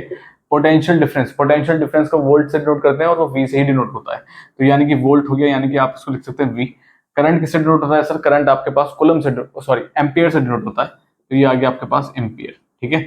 ए तो फॉर्म, तो जनरली आपके पास यूनिट क्या बन गई, वोल्ट एम्पियर, और इसको लिख सकते हैं वोल्ट पर एम्पियर, कोई दिक्कत, ठीक है। और वोल्ट पर एम्पियर को ही बोल देते हैं क्या, ओम, क्या बोल देते हैं सर, ओम, ठीक है। सिंबल कुछ इस तरीके से, कोई दिक्कत, ठीक है। मैंने बता दो ना, घर का नाम कुछ और, स्कूल का नाम कुछ और, स्कूल का नाम लेकिन स्टैंडर्ड है, कोई दिक्कत, ठीक है, इसको बोलते हैं ओम। कोई प्रॉब्लम है यहाँ तक किसी को, ठीक है कोई दिक्कत, ठीक। अब यहाँ से क्वेश्चन आता है, सपोज अगर मैं क्वेश्चन पूछता हूँ आपसे, डिफाइन 1 ओम, डिफाइन 1 ओम, ठीक है। अब 1 ओम कैसे डिफाइन करेंगे आप, देखो सिंपल सी बात, फॉर्मूला पे आ जाते हैं, R is equal to V upon I। 1 ohm चाहिए, 1 ओम का मतलब क्या हो गया, यहाँ पे अगर मैं यूनिट लिखता हूँ तो इसकी हो गई ओम, इसकी हो गई वोल्ट, और इसकी हो गई आपके पास एम्पेयर ए, कोई दिक्कत है। अब यहाँ पे 1 कब आएगा, जब 1 अपॉन 1 होगा तभी तो 1 आएगा, है ना। तो यहाँ अगर 1 है तो यहाँ पे भी 1 आएगा और यहाँ पे भी 1 आएगा, ठीक है।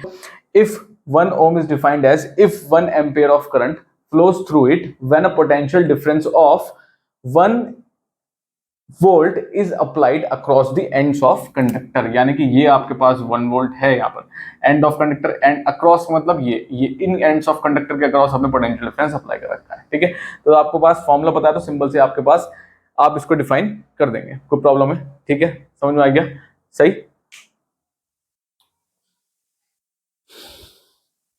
ठीक है। किलो ओम भी होता है, मेगा ओम भी होता है। किलो ओम है अगर तो क्या होगा 10 की पावर 3 ओम, मेगा ओम है अगर तो क्या होगा 10 की पावर 6 ओम, कोई दिक्कत, ये इसकी बिगर यूनिट्स है, ठीक है, कोई दिक्कत है, सही। अब एक चीज आती है कंडक्टेंस, कंडक्टेंस है क्या सर, सिंपल सी बात है, कंडक्टेंस आपके पास कुछ नहीं है, रेसिप्रोकल है किसका, रेसिप्रोकल ऑफ रेजिस्टेंस, ठीक है। रेजिस्टेंस का जस्ट रेसिप्रोकल है आपके पास कंडक्टेंस, ठीक है। तो अगर कंडक्टेंस को मैं जी से डिनोट करूं तो क्या होगा आपके पास 1 अपॉन आर, ठीक है, कोई प्रॉब्लम है। फॉर एग्जांपल अगर आर की वैल्यू 2 ओम है तो जी की वैल्यू कितनी हो जाएगी 1 अपॉन 2 यानी कि 0.5, कोई प्रॉब्लम। और जब ये अपॉन में है तो यूनिट भी क्या हो जाएगी अपॉन, ओम माइनस 1, कोई दिक्कत, ठीक है, जिसको हम बोल देते हैं सीमेन, ठीक है, कोई दिक्कत, समझ में आ गया, सही है। ये है आपके पास सिंपल सी कंडक्टेंस। बात करते हैं आपके पास वीआई ग्राफ पे, ठीक है। अब सर ये वीआई ग्राफ है क्या चीज और क्या देगा, हमने पहले बात कर ली है, वीआई ग्राफ आपको क्या देने वाला है, स्लोप, ठीक है, क्योंकि डिवाइड में है, स्लोप का मतलब ये आपको क्या देने वाला है सर, रेजिस्टेंस, ठीक है, क्या देगा सर, रेजिस्टेंस। अब रेजिस्टेंस सर यूनिफॉर्म भी हो सकता है और नॉन यूनिफॉर्म भी हो सकता है, ठीक है, तो यानी कि सर ये यूनिफॉर्म भी हो सकता है और नॉन यूनिफॉर्म भी हो सकता है, सही है, ठीक है, कोई दिक्कत, ठीक।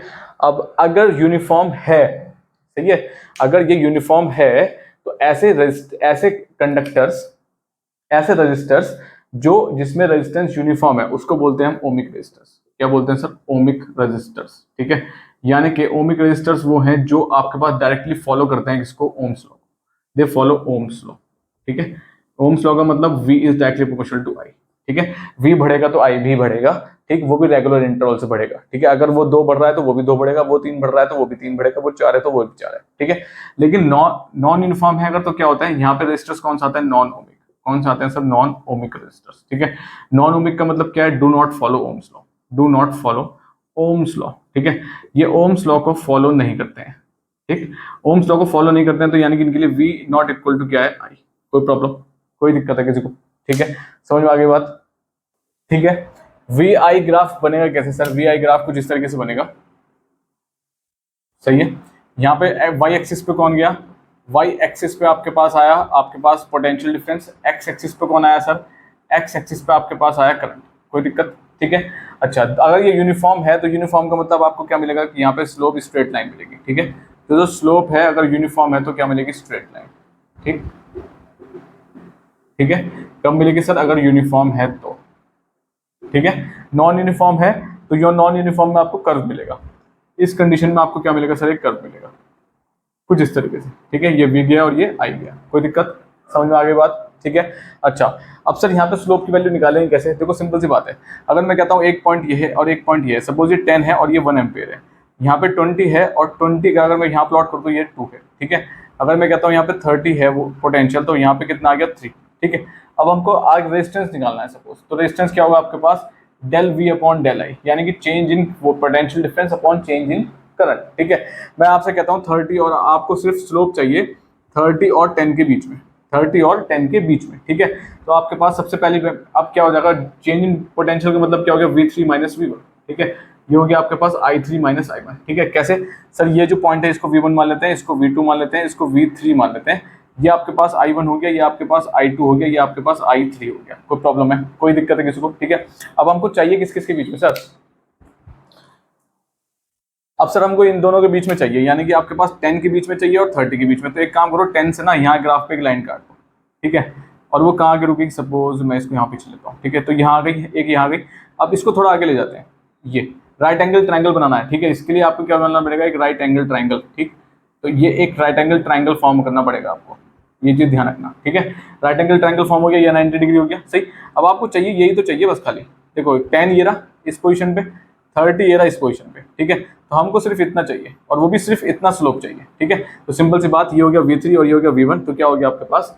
ये हो जाएगा आपके पास 30 माइनस 10 अपॉन V3 कितना है सर? I3 कितना है? 3, और ये कितना है? 1। कितना होगा? 3 माइनस 1, ये आ गया आपके पास 20 अपॉन 2, ये कितना हो गया? 10। 10 ओम आपके पास आ जाएगा, यानी कि इस पूरे का कितना होगा सर? 10। इस तरीके से वैल्यूज निकलेंगे यहाँ पे। कोई दिक्कत है? ठीक है, अगर मैं पूरे का निकालने को बोलता हूँ, आपको कंप्लीट निकालना है आपको। ठीक है, कंप्लीट का मतलब आपको 30 से 0 के बीच में चाहिए। ठीक है, तो कुछ नहीं करना, दोबारा से del V upon del I। ठीक, ये जो मैंने निकाला है ये वाला पॉइंट, ये हमने निकाला है बिटवीन 10 एंड 30। ठीक है, वो भी पोटेंशियल डिफरेंस की बेसिस पे, 10 एंड 30 पोटेंशियल डिफरेंस के बेसिस पे। कोई दिक्कत? ठीक है, अब मैं कहता हूँ कंप्लीट निकालना है, कंप्लीट पूरा स्लोप निकालना है। तो पूरा स्लोप क्या करेंगे सर? देखो V3 minus V0 V not upon I3 minus I0। V3 कितना है सर? 30, और V0 कितना है? 0 अपॉन 3 माइनस 0 कितना आ गया? 30 अपॉन 3। देखो कांस्टेंट ही आएगा, ये 3 था 10, अभी भी 10 ही आया है। कोई दिक्कत, कोई भी परेशानी किसी को? ठीक है, क्यों? अब ये 0 हो जाएगा, यानी कि ये V0 हो गया और ये V3 हो गया। ठीक है, और V0 और I0 तो बराबर ही है, ये ओरिजिन है। कोई दिक्कत है? कोई भी दिक्कत दोनों को निकालने में? समझ में आ गए? ये पूरे ग्राफ का है। ठीक है, ये कंप्लीट है, ये कंप्लीट ग्राफ का है। कोई दिक्कत? ठीक, इस तरीके से आपको क्या बनेगा? रेजिस्टेंस की वैल्यूज फाइंड आउट हो जाएंगे। कोई दिक्कत है? समझ में आ गया? आगे बढ़े, कुछ लिमिटेशंस ऑफ ओम्स लॉ पे बात कर लेते हैं। लिमिटेशंस क्या है ओम्स लॉ? ठीक है, तो limitations of Ohm's law simple सी है, ये ओबे होगा when it will be obeyed when physical conditions and temperature of a conductor remains constant. अगर हम टेम्परेचर और फिजिकल कंडीशंस चेंज कर देंगे तो रेजिस्टेंस में चेंजेस आने शुरू हो जाएंगे। क्यों? हमें पहले ही पता है कि जो रेजिस्टेंस है वो टेम्परेचर के डायरेक्टली प्रोपोर्शनल होता है। ठीक है, तो हम इसको चेंज नहीं करेंगे, यानी कि 20 डिग्री सेल्सियस है तो 20 डिग्री सेल्सियस ही चलेगा आखिर तक। ठीक है, कोई दिक्कत, सही है। तो physical conditions and temperature of a conductor should remain constant अगर ओम्स लॉ को फॉलो करना है तो, और नहीं करना है तो दोनों चेंजेस कर सकते हो आराम से, तो नॉन ओमिक बन जाएगा, कोई दिक्कत, ठीक। अब बात करते हैं VI graph of two conductors. यहाँ से क्वेश्चन बहुत बनते हैं, ठीक है, यहाँ से बोर्ड डायरेक्टली ग्राफ देकर क्वेश्चन पूछता है, ठीक। सबसे पहला क्वेश्चन आएगा रेजिस्टेंस किसका ज्यादा है, ठीक है, रेजिस्टेंस किसका मोर है और लेस है, ठीक, क्वेश्चन मार्क। दूसरा क्वेश्चन यहाँ से आएगा टेम्परेचर किसका ज्यादा है, ठीक है, टेम्परेचर किसका मोर है और किसका लेस है, सपोज, ठीक है, ग्राफ से पता लगाना है सब। अब बताओ कैसे पता चलेगा ग्राफ से, देखो सिंपल सी बात देखते हैं फटाफट से। अगर सर हमें ग्राफ से पता लगाना है किसका रेजिस्टेंस ज्यादा है, तो सिंपल सी बात देखो, आपको यहाँ पे सबसे पहले क्या पता लगाना पड़ेगा, करंट की वैल्यूज देखनी पड़ेगी, ठीक है। अगर मैं इसको नीचे करता हूँ, कुछ एक करंट की वैल्यू यहाँ पे आ रही है, इसके लिए करंट की वैल्यू ये वाली है, तो ये वाली करंट की वैल्यू मोर है, ये वाली करंट की वैल्यू क्या है, लेस है। जिसका आपके पास करंट कम है, जिसका करंट आपके पास कम है, तो जाहिर सी बात है सर करंट कम होने का मतलब क्या है, यहाँ पे रेजिस्टेंस ज्यादा होगा, है ना। और जिसका आपके पास, सपोज ये R1 मान लेते हैं, जिसका आपके पास करंट ज्यादा है, उसके लिए सिंपल सी बात है सर, आपके पास टेम्परेचर क्या होगा, आपके पास सॉरी रेजिस्टेंस क्या होगा आपके पास, इसका R2 होगा, लेस होगा, ठीक है।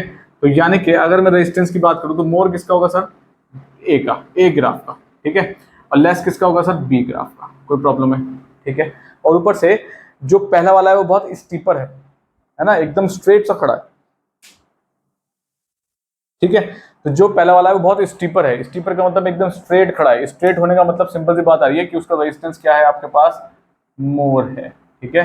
पहला वाला आपके पास स्टीपर है, ज्यादा एकदम स्ट्रेट ऊपर को है ना, तो यहाँ पे मोर हो जाएगा, कोई दिक्कत। रही बात टेम्परेचर की, तो देखो सिंपल सी बात समझो, अगर आपके पास इस ए ग्राफ का आपके पास रेजिस्टेंस कम है, क्योंकि इसके पास करंट की वैल्यू कम है, ठीक है, ये करंट की वैल्यू सपोज I1 हो गई या I2 हो गई इसके लिए, ठीक है, तो करंट कम है इसके लिए, तो सिंपल सी बात है, अगर करंट कम है और रेजिस्टेंस ज्यादा है तो मोर किसका होगा सर, रेजिस्टेंस और टेम्परेचर डायरेक्टली प्रोपोर्शनल है, ठीक है। तो अब हमारे पास R1 ज्यादा है किससे, R2 से, तो भाई T1 भी तो ज्यादा होगा T2 से, ठीक है, सिंपल सी बात है। तो मोर किसका होगा, T1 का, लेस किसका होगा, T2 का, खत्म, क्योंकि डायरेक्टली प्रोपोर्शनल, अगर ये ज्यादा है तो ये भी ज्यादा है, आ गई बात समझ, ये ज्यादा है तो ये भी ज्यादा है, ठीक है, ये मोर तो ये भी मोर, कोई प्रॉब्लम है, ठीक है। तो इस टाइप का क्वेश्चन पूछता है बोर्ड आपसे, है ना, तो ये आपको पता होना चाहिए, ठीक है। ओमिक एंड नॉन ओमिक से हम बात पहले कर चुके हैं, ठीक है। सही, नॉन लीनियर ग्राफ बनता है, नॉन लीनियर का मतलब नॉन ओमिक पे कुछ इस तरीके से बनता है ये वाला, ठीक है, ओमिक पे कुछ एकदम स्ट्रेट बनता है ये वाला, ठीक है। कुछ एग्जांपल्स हैं ओमिक के, जैसे ओमिक वो होंगे जो जनरली कंडक्टर्स हैं, for example copper sulphate solutions हो गया, copper silver aluminium copper ion etcetera nichrome, ये सब एग्जांपल्स गिवन है, ठीक है, लेकिन काम करेंगे at constant temperature. Non ohmic पे टेम्परेचर कांस्टेंट नहीं रहेगा, तो यहाँ पे कर्व बन जाएगा, कोई प्रॉब्लम, ठीक है, सही। आगे बढ़ते हैं। अच्छा, जो नॉन ओमिक है जनरली, अगर हम बात करते हैं नॉन ओमिक की, ठीक है, तो नॉन ओमिक का जो रेजिस्टेंस होता है वो क्या होता है, डायनेमिक, क्या होता है सर, डायनेमिक, ठीक है, they have dynamic resistance. Dynamic resistance का मतलब यहाँ पे V की वैल्यू डिफरेंट है, नॉट इक्वल टू I है, यानी कि V की वैल्यू अलग है और I की भी अलग है, कोई दिक्कत, ठीक। ओमिक के लिए आपके पास सिंपल आता है, ओमिक के लिए आपके पास कौन सा आता है, स्टैटिक। स्टैटिक का मतलब स्टैटिक रेजिस्टेंस, यानी कि V इक्वल टू I है और R की वैल्यू क्या है, कांस्टेंट है, ठीक है, कोई दिक्कत है, समझ में आ गई बात, सही। तो ये चीज ध्यान रखना, ओमिक नॉन ओमिक रेजिस्टर्स में उनको बोलते हैं डायनेमिक रेजिस्टेंस, ठीक है। डायनेमिक का मतलब चेंज, सही है, वेरिंग, कोई दिक्कत, ठीक। बात करते हैं सुपर कंडक्टर्स। अब ये सर सुपर कंडक्टर्स क्या चीज है, बात करते हैं सुपर कंडक्टर्स की। सुपर कंडक्टर्स है क्या सर, कुछ नहीं है, सुपर कंडक्टर्स ऐसे सब्सटेंसेस हैं ऑफ जीरो रेजिस्टेंस, जिनके लिए R की वैल्यू क्या है, जीरो, ठीक है, और इनफाइनाइट कंडक्टेंस। जब R की वैल्यू जीरो हो गई तो कंडक्टेंस क्या था, G is equal to 1/R, यानी कि 1/0 कितना हो गया, इनफाइनाइट, यानी कंडक्टेंस आपके पास कितना हो जाएगा, इनफाइनाइट। और कंडक्टेंस इनफाइनाइट होने का मतलब क्या है, बिना वोल्टेज अप्लाई करे इनमें करंट फ्लो करता है, ठीक है, इनमें करंट परसिस्ट करता है फॉर लॉन्ग टाइम, ठीक है, कोई प्रॉब्लम है यहाँ तक, ठीक है, फॉर लॉन्ग टाइम, ज्यादा टाइम तक इनमें करंट फ्लो करता है, यानी कि परसिस्ट रहता है इनके अंदर करंट, क्यों, क्योंकि इनका कंडक्टेंस ऑलमोस्ट इनफाइनाइट हो गया है, ठीक है, तो कोई करंट को रुकावट ही नहीं है, तो उसमें करंट फ्लो करता रहेगा, बशर्ते आप पोटेंशियल भी अप्लाई ना करो, नॉट अप्लाई, ठीक है, नॉट अप्लाई, पोटेंशियल ना अप्लाई करने के बाद भी इनमें करंट फ्लो करता रहेगा, कोई प्रॉब्लम है, ठीक है, सही। लेकिन इनकी कंडीशन है, R इज इक्वल टू 0 रहेगा, कंडक्टेंस इनफाइनाइट हो जाएगा, करंट भी फ्लो करेगा लॉन्ग टाइम के लिए, अगर पोटेंशियल भी नहीं है तब भी फ्लो करेगा। पर एक कंडीशन क्या है important, at very low temperature, temperature बहुत कम होना चाहिए, ये चीज मेन है यहाँ पर, ठीक है। फॉर एग्जाम्पल ले लेते हैं टिन और लेड सपोज एक्सेट्रा, ठीक है, बहुत भी और भी बहुत सारे हैं यहाँ पे, अब नीचे बात कर लेंगे। टिन और लेड की बात करते हैं तो यहाँ पे इनका रेजिस्टेंस डिक्रीज होता है with decrease in temperature and becomes 0, ठीक है। रेजिस्टेंस इनका एकदम से डिक्रीज होता है विद डिक्रीज इन टेम्परेचर, आप टेम्परेचर डिक्रीज करोगे एकदम से रेजिस्टेंस गिरना शुरू हो जाएगा, ट्रेमेंडसली एकदम डिक्रीज होता है, ठीक है। और एक पॉइंट पर आगे कितना हो जाता है सर, पूरा 0 हो जाता है, कोई दिक्कत है, ठीक है। ठीक, ऐसे कंडक्टर्स ऐसे ऐसे सब्सटेंसेस बिहेव करते हैं सुपर कंडक्टर, ठीक। मर्क्यूरी, मर्क्यूरी को अगर बिलो 4.2 केल्विन, 4.2 केल्विन पहुंच चुका है, ये समझ आई बात, केल्विन का मतलब -273 करना पड़ेगा इसमें से, -273 का मतलब क्या हो गया, माइनस समथिंग पहुंचेगा, यानी कि माइनस का 273 कर दो 4.2 में से, ठीक है, यानी कि आपका पास सॉरी 4.2, ठीक है, 0 7 39 और ये हो गया आपके पास 62 -269.7 डिग्री सेल्सियस है यहाँ पर, ठीक है। इतना टेम्परेचर तो बहुत ज्यादा, बहुत कहाँ तक इतना टेम्परेचर कैसे पहुंचाओगे भाई, ये तो बहुत ही कम टेम्परेचर हो चुका है ना। तो इतना केल्विन में है, ये मैंने इसको डिग्री सेल्सियस में कन्वर्ट करके बता दिया आपको, ठीक है। ठीक, 7.25 इसमें से माइनस कर दो 273 आ जाएगा आपके पास, तो ये नाइबियम सॉरी, ठीक है, 9.2 के, तो इतना लेड के लिए इतना चाहिए, सही है। ये बहुत ही ज्यादा कम टेम्परेचर है, ये जनरली अचीव करना इम्पॉसिबल है, ठीक है।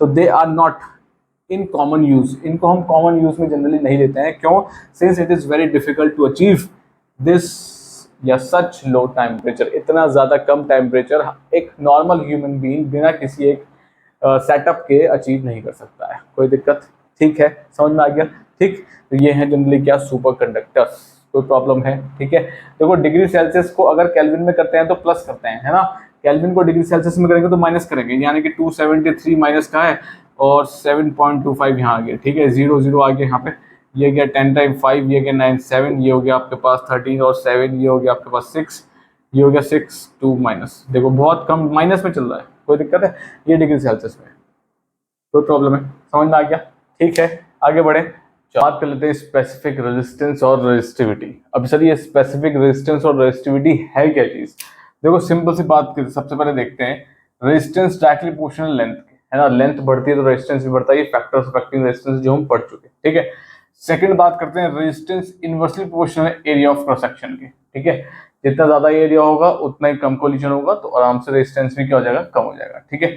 अब अगर मैं इन दोनों को एक साथ कर देता हूं तो ये हो गया L और अपॉन आ गया A, कोई दिक्कत है, ठीक है। रेजिस्टेंस देखो अपनी जगह है, रेजिस्टेंस अपनी जगह है, अगर मैं इसको हटाऊंगा तो पहला वाला हो जाएगा, इसको हटाऊंगा तो सॉरी इसको अगर मैं हटाऊंगा तो कौन सा हो जाएगा, सेकंड वाला, ठीक है। तो रेजिस्टेंस डायरेक्टली प्रोपोर्शनल लेंथ के है, रेजिस्टेंस इनवर्सली प्रोपोर्शनल एरिया के है। अब अगर ये प्रोपोर्शनल साइन हटेगा तो एक कांस्टेंट आता है, उसे बोलते हैं रो L अपॉन A, ठीक है। ये आपके पास एक फॉर्मूला है जिसपे क्वेश्चंस आपको देखने को मिलेंगे, सही है। यहीं से ये जो आपके पास रो है ना, ठीक है, इसको बोलते हैं हम क्या, स्पेसिफिक रेजिस्टेंस, क्या बोलते हैं सर, स्पेसिफिक रेजिस्टेंस, यही है आपके पास रेजिस्टिविटी, कोई प्रॉब्लम, ठीक है, सही। यूनिट पे बात कर लेते हैं, तो इसके लिए फॉर्मूला बनाना पड़ेगा, rho is equal to RA upon L, ठीक है।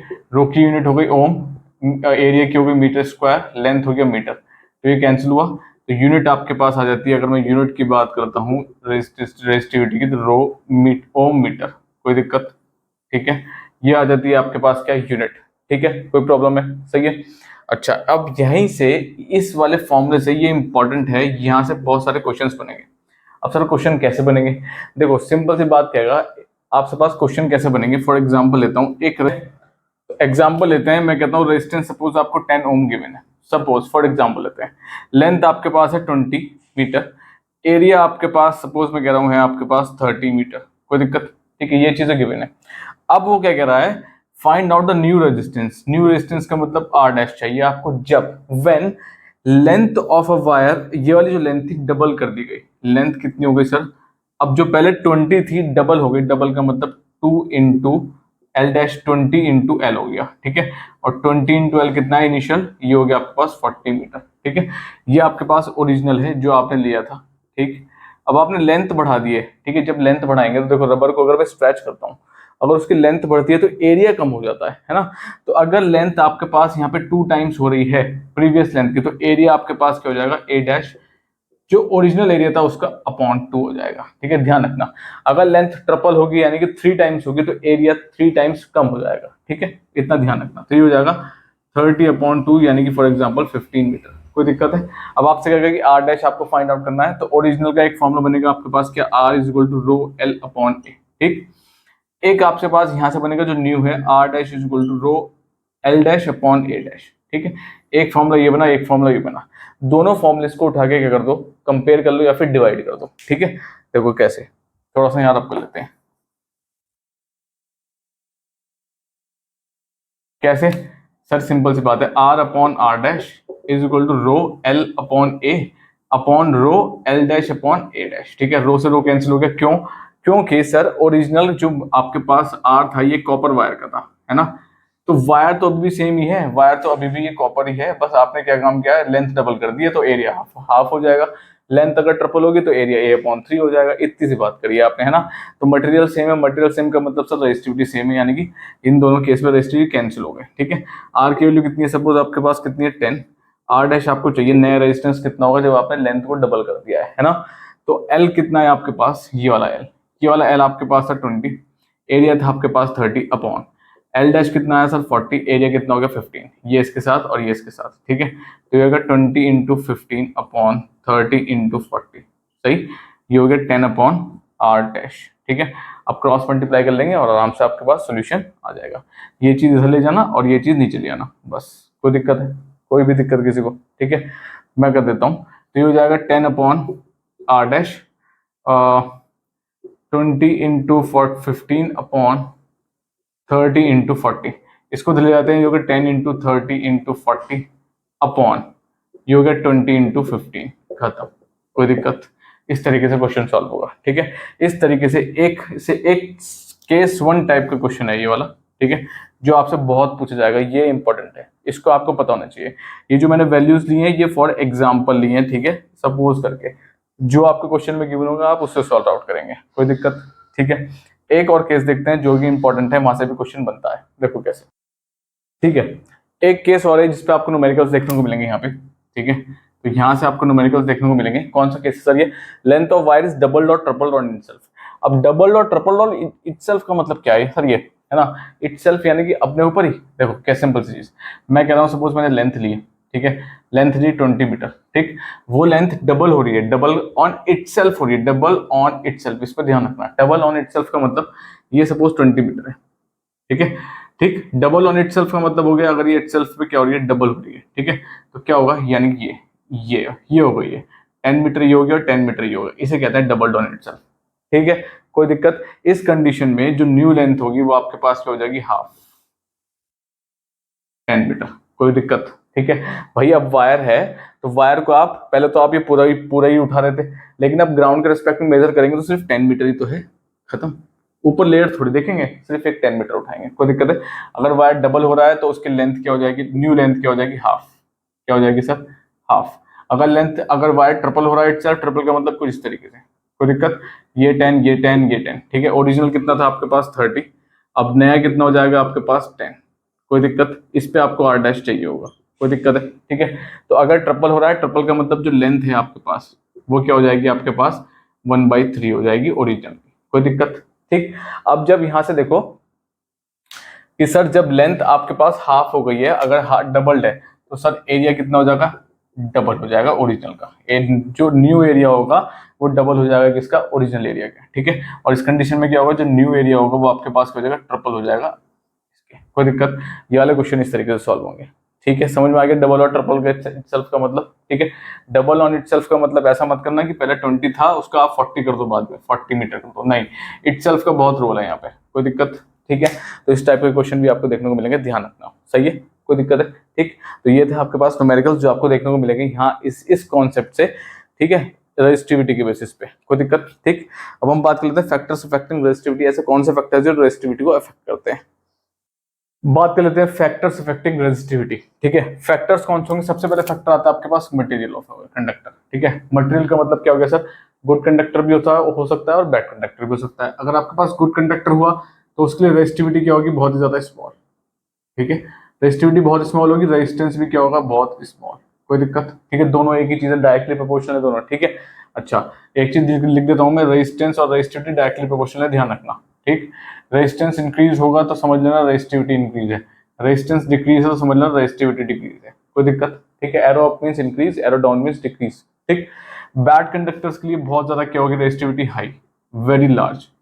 ठीक है, लार्ज रहेगी, जैसे 10 की पावर 8 टू 10 की पावर 16 ओम मीटर, देख लो 10 की पावर 8 बहुत ज्यादा है, ये लार्ज रहेगा। ठीक है, अच्छा मैं कुछ मेटल्स और अलॉयज के लिए क्या रहेगा, 10 की पावर -7 टू 10 की पावर -8, सॉरी 10 की पावर -8 टू 10 की पावर -7, थोड़ा कम है। ठीक है, सेमीकंडक्टर्स के लिए 10 की पावर -5 ओम मीटर। ठीक है, ये वैल्यूज हैं, कुछ इस ऑर्डर में रहेंगी। ठीक है, सही। अच्छा टेम्परेचर की बात करते हैं, तो सर टेम्परेचर में हमें पता ही क्या, रेजिस्टेंस आपके पास डायरेक्टली प्रोपोर्शनल टेम्परेचर के, जब रेजिस्टेंस डायरेक्टली प्रोपोर्शनल टेम्परेचर के तो सर रेजिस्टिविटी भी डायरेक्टली प्रोपोर्शनल टेम्परेचर के, यानी कि रेजिस्टिविटी इंक्रीज होगी विद राइज इन टेम्परेचर। कोई दिक्कत? और रेजिस्टिविटी डिक्रीज होगी विद डिक्रीज इन टेम्परेचर। कोई दिक्कत है? ठीक, समझ में आ गया। अच्छा, पर फॉर सेमीकंडक्टर्स के लिए थोड़ा उल्टा सीन है। क्या? सेमीकंडक्टर के लिए रेजिस्टिविटी डिक्रीज होती है विद राइज इन टेम्परेचर, ये चीज ध्यान रखना। ठीक है, सेमीकंडक्टर्स के लिए resistivity arrow down mean decrease with arrow up means temperature का arrow up means rise in temperature. ठीक है, टेम्परेचर बढ़ाएंगे तो सेमीकंडक्टर्स के लिए सिर्फ ये, बाकी मेटल्स के लिए सिंपल ये है, कंडक्टर्स के लिए। ठीक है, डायरेक्टली प्रोपोर्शनल। ठीक है, लेकिन सेमीकंडक्टर थोड़ा उल्टा इस हिसाब है, ये डिक्रीज होती है विद इंक्रीज इन टेम्परेचर। ठीक, एलॉयज की बात करें, कुछ कॉन्स्टेंटम, मैग्नीनियम, ठीक है, इनके लिए क्या होता है, it remains unchanged with increase in temperature, कोई फर्क नहीं पड़ता कितना ही टेम्परेचर बढ़ा लो, रेजिस्टिविटी सेम रहेगी यहाँ पर। ठीक है, रेजिस्टिविटी क्या रहेगी यहाँ पे, सेम। लेकिन एक सेम किसके लिए रहेगी, सिर्फ एलॉयज के लिए, जैसे कि आपके पास कॉन्स्टेंटम हो गया या फिर मैग्नीनियम हो गया। कोई दिक्कत? ठीक, अच्छा अब कौन से ऐसे चीजें हैं जिन पे रेजिस्टिविटी डिपेंड ही नहीं करती है, डज नॉट या do not, sorry does not depends on shape and size of a conductor. Shape और साइज से कोई लेना देना नहीं है, किसी भी शेप का हो किसी भी साइज का हो, इन चीजों पे ये डज नॉट डिपेंड्स, यानी कि ये तो दो ऐसे चीज थे जिसपे डिपेंड कर रहा था, इस पे भी और इस पे भी, लेकिन डू नॉट डिपेंड पे यहाँ जाएंगे ये वाला shape and size of conductor. कोई दिक्कत है? ठीक है, समझ में आ गया। ये है फैक्टर्स अफेक्टिंग रेजिस्टिविटी, जो आपको प्रॉपर पता होना चाहिए। क्वेश्चन यहीं से बन जाएगा कि for semiconductors do resistivity increase with rise in temperature, no, it decreases with rise in temperature, but for conductor it increases with rise in temperature. ठीक है, for alloys it remains same, और name the two alloys for which it remains same, तो ये दो alloys है। कोई दिक्कत है? ठीक है, और resistivity does not depend on shape and size of conductor। कोई दिक्कत है? तो ये बात है आपके पास किसकी, रेजिस्टिविटी की। ठीक है, चलो आगे बढ़े, कोई भी दिक्कत हो तो कमेंट सेक्शन में आप ड्रॉप कर सकते हैं। ठीक है, अब बात करते हैं मोस्ट इंपॉर्टेंट, यहां से आपके क्वेश्चन बहुत बनेंगे, इलेक्ट्रोमोटिव फोर्स और terminal voltage and internal resistance of a cell. ठीक है, अब सर ये क्या चीज है, इलेक्ट्रोमोटिव फोर्स क्या है, टर्मिनल वोल्टेज क्या है, तो सिंपल सी बात समझते हैं। एक सेल है, सेल के अंदर क्या होता है, chemical reactions convert, chemical reactions takes place होती है। ठीक, जो आपके घर में नॉर्मल सेल है जो आप रिमोट्स वगैरह में डालते हैं। ठीक है, सेल के अंदर केमिकल रिएक्शंस होती हैं, केमिकल रिएक्शन से आपको क्या मिलता है, इलेक्ट्रिकल सिग्नल्स मिलते हैं। ठीक है, इलेक्ट्रिकल एनर्जी मिलती है जिससे आप रिमोट को कंट्रोल करते हैं, रिमोट जैसे हो गया। ठीक, अब ये जो केमिकल रिएक्शंस है ना, अब इसमें क्या होता है, जो इलेक्ट्रिक सेल है वो ये मेंटेन करता है कि कांस्टेंट पोटेंशियल बना रहे। ठीक है, थ्रू आउट द रिएक्शंस। ठीक है, सही। अब सर है क्या चीज, कैसे हो रहा है, देखो सिंपल सी बात, बिल्कुल एकदम क्लियर कट सिंपल वे में समझते हैं इस चीज को। देखो सिंपल चीज, मैं कहता हूं मैंने एक सेल लिया, सपोज ये मैंने एक सेल लिया, अब सेल के अंदर दो टर्मिनल्स हैं। ठीक है, एक करता हूं, इस वाले को मैं सपोज कॉपर मान लेता हूं और इस वाले को मैं सपोज जिंक का मान लेता हूं। ठीक है, दो टर्मिनल, असल में हम इसको एनोड और कैथोड देते हैं, लेकिन हम अभी देख लेंगे एनोड कैसे बनना है और कैथोड कैसे बनना है, क्योंकि हमें यहाँ पे बैटरी कनेक्टेड नहीं की है। ठीक है, तो सपोज मैं Cu मानता हूँ, ये Zn मानता हूँ, और ये सॉल्यूशन फील्ड है वो आपके पास किसका है, H2SO4 यानी कि डाइल्यूट। ठीक है, डाइल्यूट H2SO4 है। ठीक है, अभी डाइल्यूट H2SO4 ब्रेक होगा किसमें, 2H+ में, और SO4 2- में। ठीक, अब मैं क्या कहता हूँ, ये जो SO4 है ना, ठीक, वो किधर की तरफ गए, SO4 दोनों के दोनों ये गए आपके पास Zn की तरफ, तो SO4 तो आ गए यहाँ पे। ठीक, अभी SO4 2 नेगेटिव किसको देंगे, 2 नेगेटिव आपके पास इंपार्ट कर देंगे किसको, जिंक को। ठीक है, तो SO ये वाले क्या कर देंगे, इंपार्ट कर देंगे 2 electrons, impart 2 electrons to Z, यानी कि दे देंगे। ठीक है, तो ये दे देंगे 2 इलेक्ट्रॉन किसको, Zn को। कोई दिक्कत? ठीक है, तो जब दे देंगे तो यहाँ पे आपके पास जनरली क्या मिलेगा, नेगेटिव आयंस आने शुरू हो जाएंगे। ठीक, अब रही बात किसकी, अब सर कॉपर की बात रही, H+ बचा ना, H+ भागेगा कॉपर की तरफ। ठीक है, प्लस वाला इधर है। अब इसने क्या काम किया, कॉपर से इलेक्ट्रॉन लिए, यानी कि 2H ने कॉपर से 2 इलेक्ट्रॉन लिए और बन गया ये H, ठीक है। तो H तो यहाँ पे डिपॉजिट हो गया, यानी कि H2 हाइड्रोजन गैस डिपॉजिट हो जाएगी, सही। अब क्या होगा ना, जब इसने 2 इलेक्ट्रॉन कॉपर से लिए, ठीक है, तो क्या होगा यहाँ पे जनरली कौन सा चार्ज अकोमोडेट होने शुरू हो जाएगा, प्लस, क्योंकि प्लस वाला इधर भाग के आया था, ठीक है, प्लस वाला इधर भाग के आया था और नेगेटिव वाला इधर गया था। अब देखो डिफरेंस क्रिएट हो गया। अब क्या हुआ, अभी देखो सेल वेल कुछ नहीं कनेक्टेड है, यहाँ पे बैटरी टर्मिनल कोई कनेक्टेड नहीं है, ध्यान रखना, ठीक है।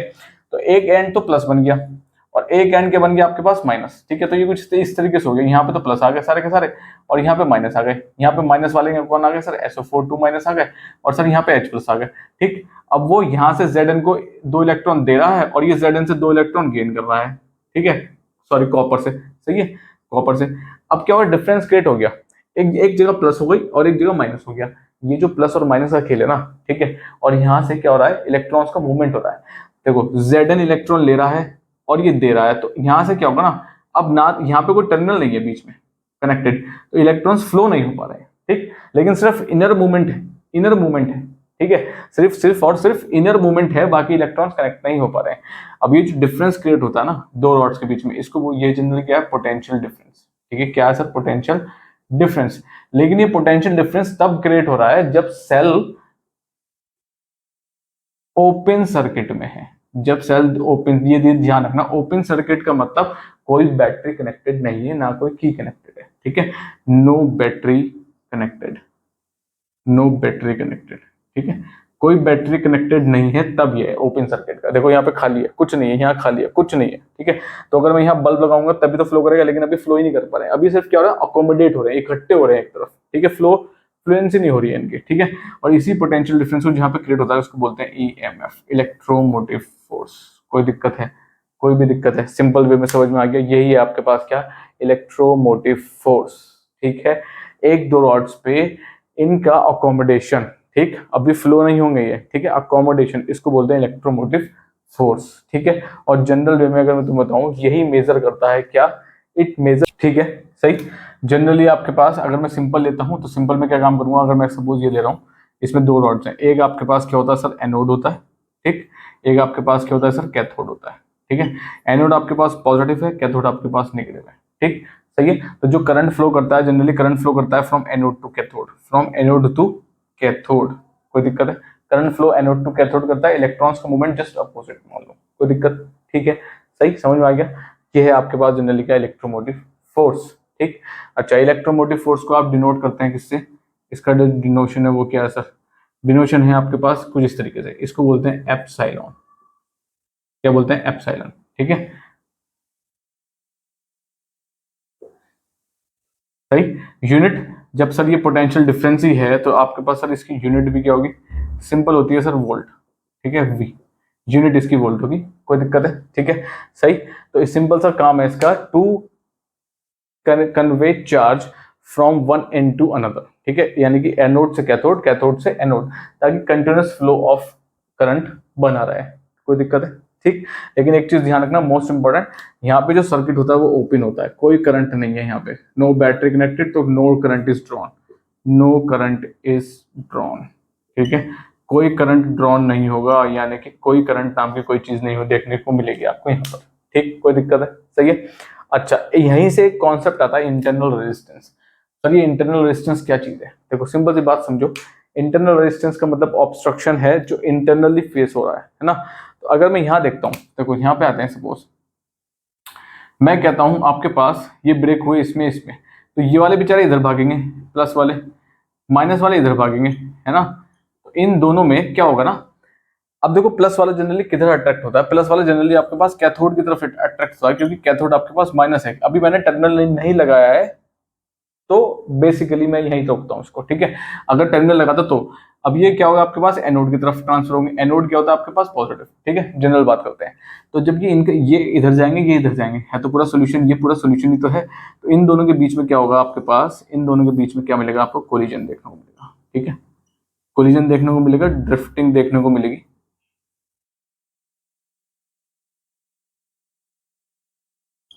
और ये कोलिजन और ड्रिफ्टिंग कैसे होगी, एक्सटर्नल होगी, नहीं सर, ये इंटरनल होगी, ये होगी इंटरनल, ठीक है। इसी वजह से यहां से कॉन्सेप्ट आता है इंटरनल रेजिस्टेंस का, जिसे बोलते हैं छोटा आर, कोई प्रॉब्लम है, स्मॉल आर, कोई दिक्कत। तो ये कॉन्सेप्ट है किसका, इंटरनल रेजिस्टेंस का, आ गई बात समझ में? सही है, यहीं से समझ में आ गया क्या हो रहा है यहाँ पे।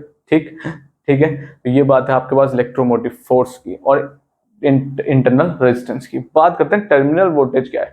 टर्मिनल से ही पता चल रहा है दो टर्मिनल्स के बीच में, है ना। यानी कि दो टर्मिनल्स का मतलब, यानी कि दो टर्मिनल्स का मतलब सर एक टर्मिनल प्लस पे होगा और एक सर माइनस पे होगा, है ना। जब इन दोनों के बीच में वायर कनेक्ट हो जाएगा तो वो हो जाएगा टर्मिनल वोल्टेज। ठीक है, अभी देखते हैं इसको फटाफट से। टर्मिनल वोल्टेज की बात करते हैं। हमने भी पढ़ा था एक सेल था सर, सेल में कुछ इस तरीके से था, एक तरफ तो पॉजिटिव आगे अकोमोडेट हो गए थे, एक तरफ नेगेटिव आगे अकोमोडेट हो गए थे, है ना। एक ने क्या काम किया था, इलेक्ट्रॉन्स दिए थे, एक ने इलेक्ट्रॉन्स लिए थे, है ना। तो सपोज अगर ये कॉपर का था तो इसमें यहाँ पे क्या कर रहा था, H प्लस ने यहाँ से इलेक्ट्रॉन क्या कर रहे थे, गेन किए थे। ठीक, अगर ये सपोज मैं कहता हूँ Zn का था तो यहाँ पे SO4 ने क्या काम किया था, इलेक्ट्रॉन्स दो लॉस किए थे। कोई दिक्कत, इसने इलेक्ट्रॉन Zn को लॉस किए थे और इसने गेन किससे किए थे सर, ये Cu से ही गेन किए थे। कोई दिक्कत है, तो यहाँ पे प्लस अकोमोडेट, यहाँ पे माइनस। लेकिन अब इन दोनों के बीच में एक ब्रिज है, एक तरफ तो प्लस वाले हो गए, एक तरफ माइनस हो गए, बीच में एक रिवर जा रही है, बीच में एक रिवर है ना। अब जब ये यहाँ से यहाँ नहीं आएंगे, यहाँ से वहां नहीं आएंगे, तो कुछ जो फूड का जो ट्रांसपोर्टेशन का है, जो नेसेसरी थिंग्स हैं, वो एक्सपोर्ट इंपोर्ट नहीं होने वाली, है ना। तो एक्सपोर्ट इंपोर्ट करने के लिए यानी कि हमें कुछ चाहिए उस साइड से, उनको चाहिए हमारी साइड से कुछ, है ना। तो उसके भी उनके उसके बिना सर्वाइवल नहीं है। तो हमें बीच में क्या डालना पड़ेगा, एक वायर डालना पड़ेगा। जैसे ही मैं एक बीच में एक वायर कनेक्ट करता हूँ, अब ध्यान से सुनो, जैसे ही मैं बीच में एक वायर कनेक्ट कर देता हूँ, ठीक है, सपोज मैंने यहाँ बल्ब लगाया, ठीक, बीच में जैसे ही मैंने वायर कनेक्ट किया तो अब ये क्या हो गया, दो टर्मिनल्स बन गए। ठीक है, दो टर्मिनल कैसे बन गए, एक तरफ तो ये हो गया प्लस, एक तरफ हो गया ये माइनस, और ये वायर कुछ इस तरीके से काम करेगा, ये, और ये हो गया आपके पास बल्ब। ठीक है, तो जैसे ही मैं कनेक्ट करूंगा तो बल्ब क्या हो रहा है, ग्लो कर जाएगा, ग्लो कर जाएगा।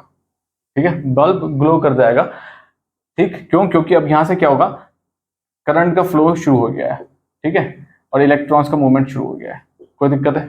ठीक है, भाई रास्ता चाहिए था ना, ब्रिज ब्रिज बना दिया हमने एक। ठीक है, तो ये ट्रांसफर होना शुरू हो गया। अब ये जो टर्मिनल्स हैं दो, ठीक है, अब ये वाले जो टर्मिनल्स है ना, जो हमने इस तरीके से बना दी इजीली कि भाई एक जो आपके पास बिगर वन है वो प्लस है, जो स्मॉलर वन है वो माइनस है। ठीक है, करंट हमेशा फ्लो करता है फ्रॉम पॉजिटिव, पॉजिटिव से करंट फ्लो करता है। तो जब ये मैंने टर्मिनल बनाया, यानी कि ये टर्मिनल हमने शॉर्ट फॉर्म बनाए, असल में ये टर्मिनल्स क्या है, ये है पूरा सिस्टम जो सेल के अंदर काम कर रहा है। ठीक है, इसका हमने प्लस उठाया, इसका माइनस उठाया, हमें अंदर से कोई मतलब नहीं है यहाँ पे क्या हो रहा है। ठीक है, वो इंटरनल चीज है, तो हम इस तरीके से शो कर देंगे, कोई दिक्कत है? ठीक है, यही जो है आपके पास जब वायर कनेक्ट हो जाएंगे, यही पाता है टर्मिनल वोल्टेज कॉन्सेप्ट, जिसे बोलते हैं वी। ये है आपके पास वी, इसके और इसके बीच में। कोई दिक्कत, कोई भी दिक्कत है? समझ में आ गई बात? ठीक है, यानी कि जो ब्रिज है वही आपके पास क्या है, टर्मिनल वोल्टेज, दो टर्मिनल्स के बीच में वोल्टेज। ठीक है, जब करंट फ्लो कर जाएगा इसमें, ठीक, उसे बोलते हैं टर्मिनल वोल्टेज। कोई प्रॉब्लम है, कोई भी दिक्कत है किसी को? समझ में आ गया? ठीक है, तो सर ईएमएफ क्या जाए, ईएमएफ क्या चीज है? अगर नॉर्मल बात करते हैं तो ईएमएफ कुछ नहीं है सर। ईएमएफ क्या है, एनर्जी स्पेंट, कितनी आपने एनर्जी लगाई है। ठीक है, carrying up test charge Q nought, एक टेस्ट चार्ज लिया। ठीक है, उस टेस्ट चार्ज को पूरे सर्किट में, यानी कि ये पूरे सर्किट में घुमाने के लिए, पूरे सर्किट में रोटेट करने के लिए। अब नीचे आएगा तो इंटरनल भी है, बाहर जाएगा तो एक्सटर्नल, ये वाला एक्सटर्नल है। ठीक है, तो कहने का मतलब है ये जो ऊपर वाला है, जनरली जो टर्मिनल वोल्टेज है वो आपके पास क्या है, एक्सटर्नल। ठीक है, ये वाला क्या हो गया सर, इंटरनल। ठीक है, तो आपने पूरे टेस्ट चार्ज को पूरे सर्किट में घुमाया, ठीक, अराउंड द कंप्लीट सर्किट, चाहे वो इंटरनली हो चाहे वो एक्सटर्नली हो। इंटरनली का मतलब आपके पास नीचे आ जाएगा, यहाँ पे आ जाएगा इंटरनल रेजिस्टेंस का कॉन्सेप्ट। एक्सटर्नली का मतलब क्या आ जाएगा, टर्मिनल वोल्टेज का कॉन्सेप्ट। कोई दिक्कत? ठीक है, सिंपल सी कहानी है। ठीक है, तो यहीं से एक फॉर्मूला बन जाता है, epsilon is equal to W upon Q not. ठीक है, ये एक फॉर्मूला आपने पढ़ा था सिंपल पोटेंशियल का, स्टार्टिंग में पढ़ा था, V is equal to W upon Q nought. वही चीज है, V को आप रिप्लेस करते हैं किससे, एप्सिलॉन से, क्योंकि पोटेंशियल है, ये भी पोटेंशियल ही है। कोई दिक्कत है? ठीक है, बस ये आपके पास ये ओपन सर्किट में काम करता है, वो क्लोज सर्किट में काम करता है। ठीक, कोई दिक्कत? सिंपल चीज, सही है। तो सिंपल से आप फॉर्मूला रिवाइज करते हैं। एप्सिलॉन का फॉर्मूला था W अपॉन क्यू नॉट। ठीक है, ये पूरा वर्क डन है पूरे कंप्लीट सर्किट में, यानी कि ये है कंप्लीट सर्किट का। ठीक है, किसका सर, कंप्लीट सर्किट का। इक्वेशन 1, अगर मैं टर्मिनल वोल्टेज की बात करता हूं तो V is equal to W nought upon Q not. ठीक है, अभी W नॉट क्या है सर, ये वर्क डन है सिर्फ और सिर्फ across the terminals, across the terminals. ठीक है, सिर्फ टर्मिनल के अक्रॉस, यानी कि ये तो पूरा है, ये तो पूरा है, यानी कि ये वाला, ये भी हो गया और ये भी हो गया, ये भी है और ये भी है, नीचे अंदर वाला भी, ठीक है, कंप्लीट है। लेकिन इसकी बात करते हैं तो ये सिर्फ कौन सा है सर, ये सिर्फ ये वाला है, ये वाला, एक टर्मिनल ये, एक टर्मिनल ये, इसके बीच में जो है वो ये वाला है खाली, ठीक है, इसको यहाँ से कोई मतलब नहीं है, कोई दिक्कत है, ठीक है। एक और आता है आपके पास इंटरनल। इंटरनल क्या है सर, इलेक्ट्रोलाइट के अंदर होगा, ठीक है, फॉर इलेक्ट्रोलाइट। अब इलेक्ट्रोलाइट में क्या होगा सर, इंटरनल रेजिस्टेंस भी तो वही हो रहा था, हमने पढ़ा था भी क्या था सर, इंटरनल रेजिस्टेंस का कॉन्सेप्ट भी तो वही था, है ना। तो जब सर इंटरनल रेजिस्टेंस है यहाँ पर, तो इंटरनल रेजिस्टेंस से क्या मिलेगा सर, वोल्टेज ड्रॉप। क्या मिलेगा सर, वोल्टेज ड्रॉप। उसको डिनोट करते हैं स्मॉल वी से। किससे डिनोट करते हैं सर, स्मॉल वी से, ठीक है। और स्मॉल वी आपके पास क्या हो जाएगा sir, W, small W upon Q not. कोई प्रॉब्लम, ठीक है। तीन चीजें आपके पास मिल गई, एक दो तीन, ठीक है। अब एक चीज समझते हैं, अगर ईएमएफ ही नहीं होगा, यानी कि अगर स्टार्टिंग में प्लस प्लस और माइनस माइनस नहीं मिलेंगे, तो आपको ये मिलेगा, ये भी नहीं मिलेगा, ठीक है। अगर यही नहीं होगा तो ये भी नहीं मिलेगा, और ये कब मिलेंगे, जब आपके पास इंटरनल रेजिस्टेंस होगा, यानी कि जब ये इधर जाएंगे और कुछ इधर जाएंगे, कुछ इधर भागेंगे, कुछ इधर भागेंगे, है ना। तो सिंपल सी चीज है, अगर एप्सिलॉन नहीं है तो सर ना तो V मिलेगा और ना ही छोटा v मिलेगा, ठीक है। अगर एप्सिलॉन मिल रहा है, यानी कि ईएमएफ मिल रहा है, यानी कि सबसे ईएमएफ का मतलब क्या है, इंटरनल डिफरेंस क्रिएट होना शुरू हो गया है, ये ठीक है। यानी कि इंटरनल डिफरेंस क्रिएट होने का मतलब क्या है, ये इधर भागेंगे, ये इधर भागेंगे, तो हमें रेजिस्टेंस भी मिलेगा, स्मॉल इंटरनल रेजिस्टेंस भी मिलेगा, यानी कि छोटा वोल्टेज ड्रॉप मिलेगा। प्लस जब हम वायर लगा देंगे तो हमें कैपिटल V भी मिलेगा, ठीक है। ये मिलेगा तो ये दोनों भी मिलेंगे, ठीक। तो सिंपल सी बात है, क्या समझ में आ रहा है, अगर मैं यहाँ पे कंजर्वेशन, अब एक डेरिवेशन ड्राइव कर लेंगे,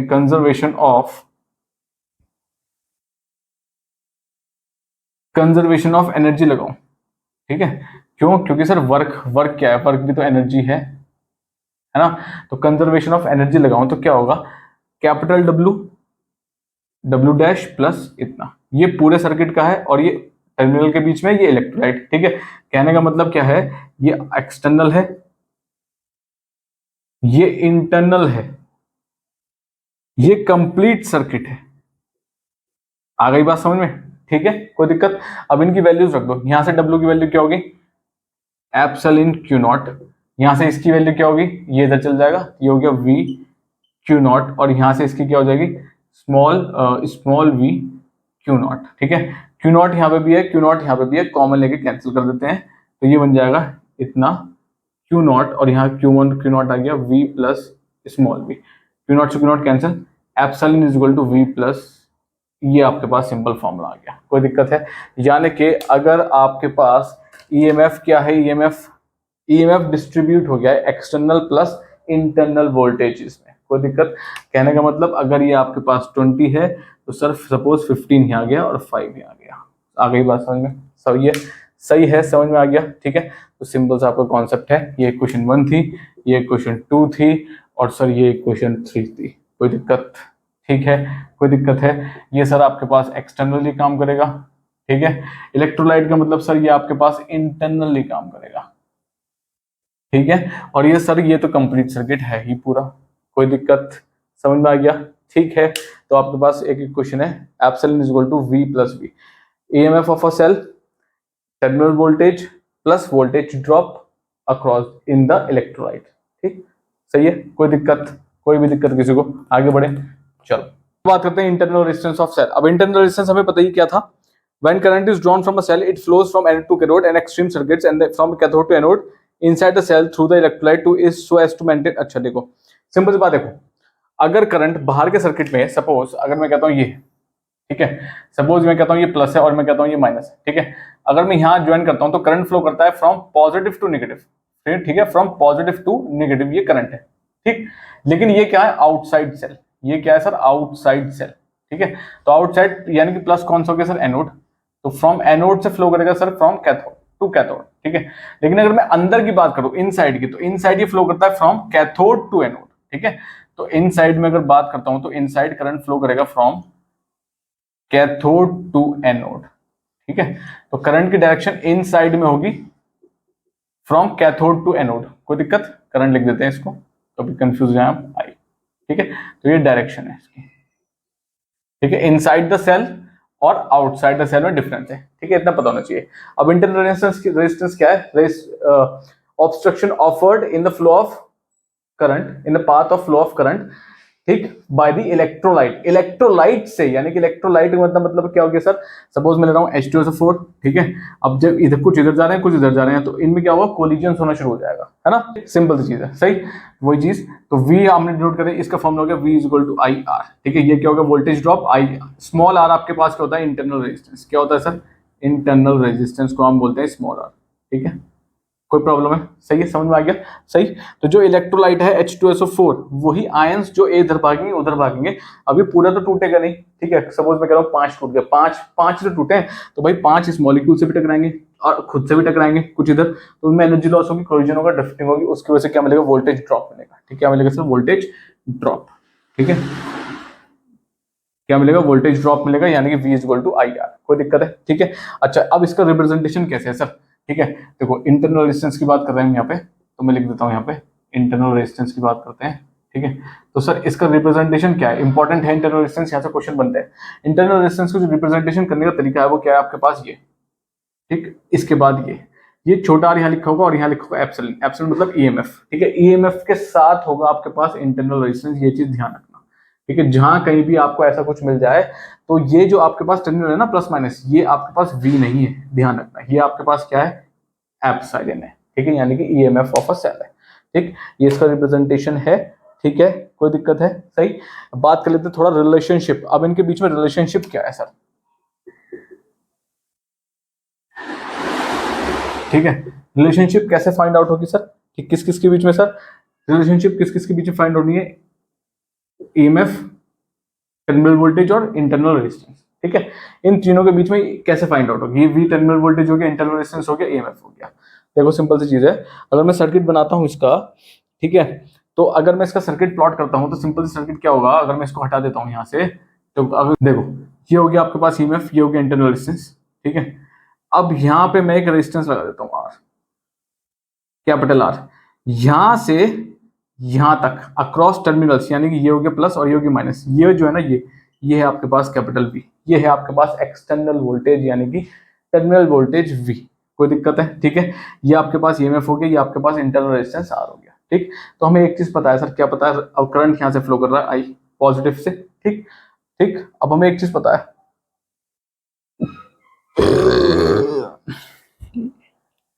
अब एक चीज देखते हैं, अगर मुझे ईएमएफ निकालना है, ठीक है, तो ईएमएफ कैसे निकालूंगा सर, ये तो कंप्लीट सर्किट का है ना, किसका है सर, कंप्लीट सर्किट का, ठीक, यानी कि ये क्या है सर, कंप्लीट सर्किट है ना, तो कंप्लीट सर्किट में टोटल रेजिस्टेंस भी तो काउंट करेंगे सर फिर, है ना, तो टोटल रेजिस्टेंस काउंट करने का मतलब क्या हो गया, R plus R, R plus R कैसे हो गया सर, ये सीरीज में है, देखो करंट के पास मैंने बताया था एक ही डायरेक्शन है तो रेजिस्टेंस ऐड हो जाएंगे, कोई दिक्कत है, ठीक है, जब ये हो गया तो आपके पास ईएमएफ कितना हो गया, I into R plus R, कोई दिक्कत, ठीक है, और सर ये कैसे बना, ये आपने I R प्लस R कैसे लिखा, V is equal to I, Ohm's law पढ़ा था ना, यहाँ पे V हो गया एप्सिलॉन, I ऐसी रहा, टोटल रेजिस्टेंस कितना हो गया R प्लस, कोई दिक्कत है, ठीक है, तो अगर किसी भी सर्किट में ईएमएफ निकालना है तो आप फॉर्मूला कौन सा लगाएंगे, epsilon is equal to I R plus R, तो दोनों रेजिस्टेंस ऐड करने हैं ईएमएफ निकालने के लिए, क्योंकि कंप्लीट सर्किट का है, ये चीज ध्यान रखना भाई, भूलना मत इसको, ठीक है, कोई दिक्कत है, सही है, खाली ये मत लगा के आ जाना कि भाई खत्म कहानी, ये गलत है, ठीक है, कोई दिक्कत, सही, ठीक, आंबा बांबा आंबा बांबा आंबा बांबा आंबा बांबा बांबा आंबा बांबा, ठीक है, सही। अगर आपको टर्मिनल वोल्टेज चाहिए हो, टर्मिनल वोल्टेज अगर हमें चाहिए है तो टर्मिनल वोल्टेज सिंपल सा है, V is equal to I, छोटा r नहीं, छोटा r इंटरनल है, कौन सा r सर, कैपिटल, क्योंकि ये एक्सटर्नल काम करता है, कोई दिक्कत है। अगर आपको वोल्टेज ड्रॉप चाहिए होगा, वोल्टेज ड्रॉप यानी कि जो इंटरनली हो रहा है, छोटा V is equal to I, छोटा r, क्योंकि इंटरनली क्या है, इंटरनल रेजिस्टेंस R है, कोई दिक्कत है, कोई भी दिक्कत किसी को, ठीक है। अब एक रिलेशनशिप और देखते हैं आपके पास, हमें क्या बताया, R is equal to V upon I, देखो एक सिंपल सी बात देखते हैं, अगर मैं इंटरनल रेजिस्टेंस की बात करता हूँ यहाँ पे वाली, तो यहाँ से क्या हो गया, V is equal to I R, छोटा V, voltage drop is equal to I, छोटा R, ठीक है, तो यहाँ से R की वैल्यू होगी V अपॉन आई, ठीक है।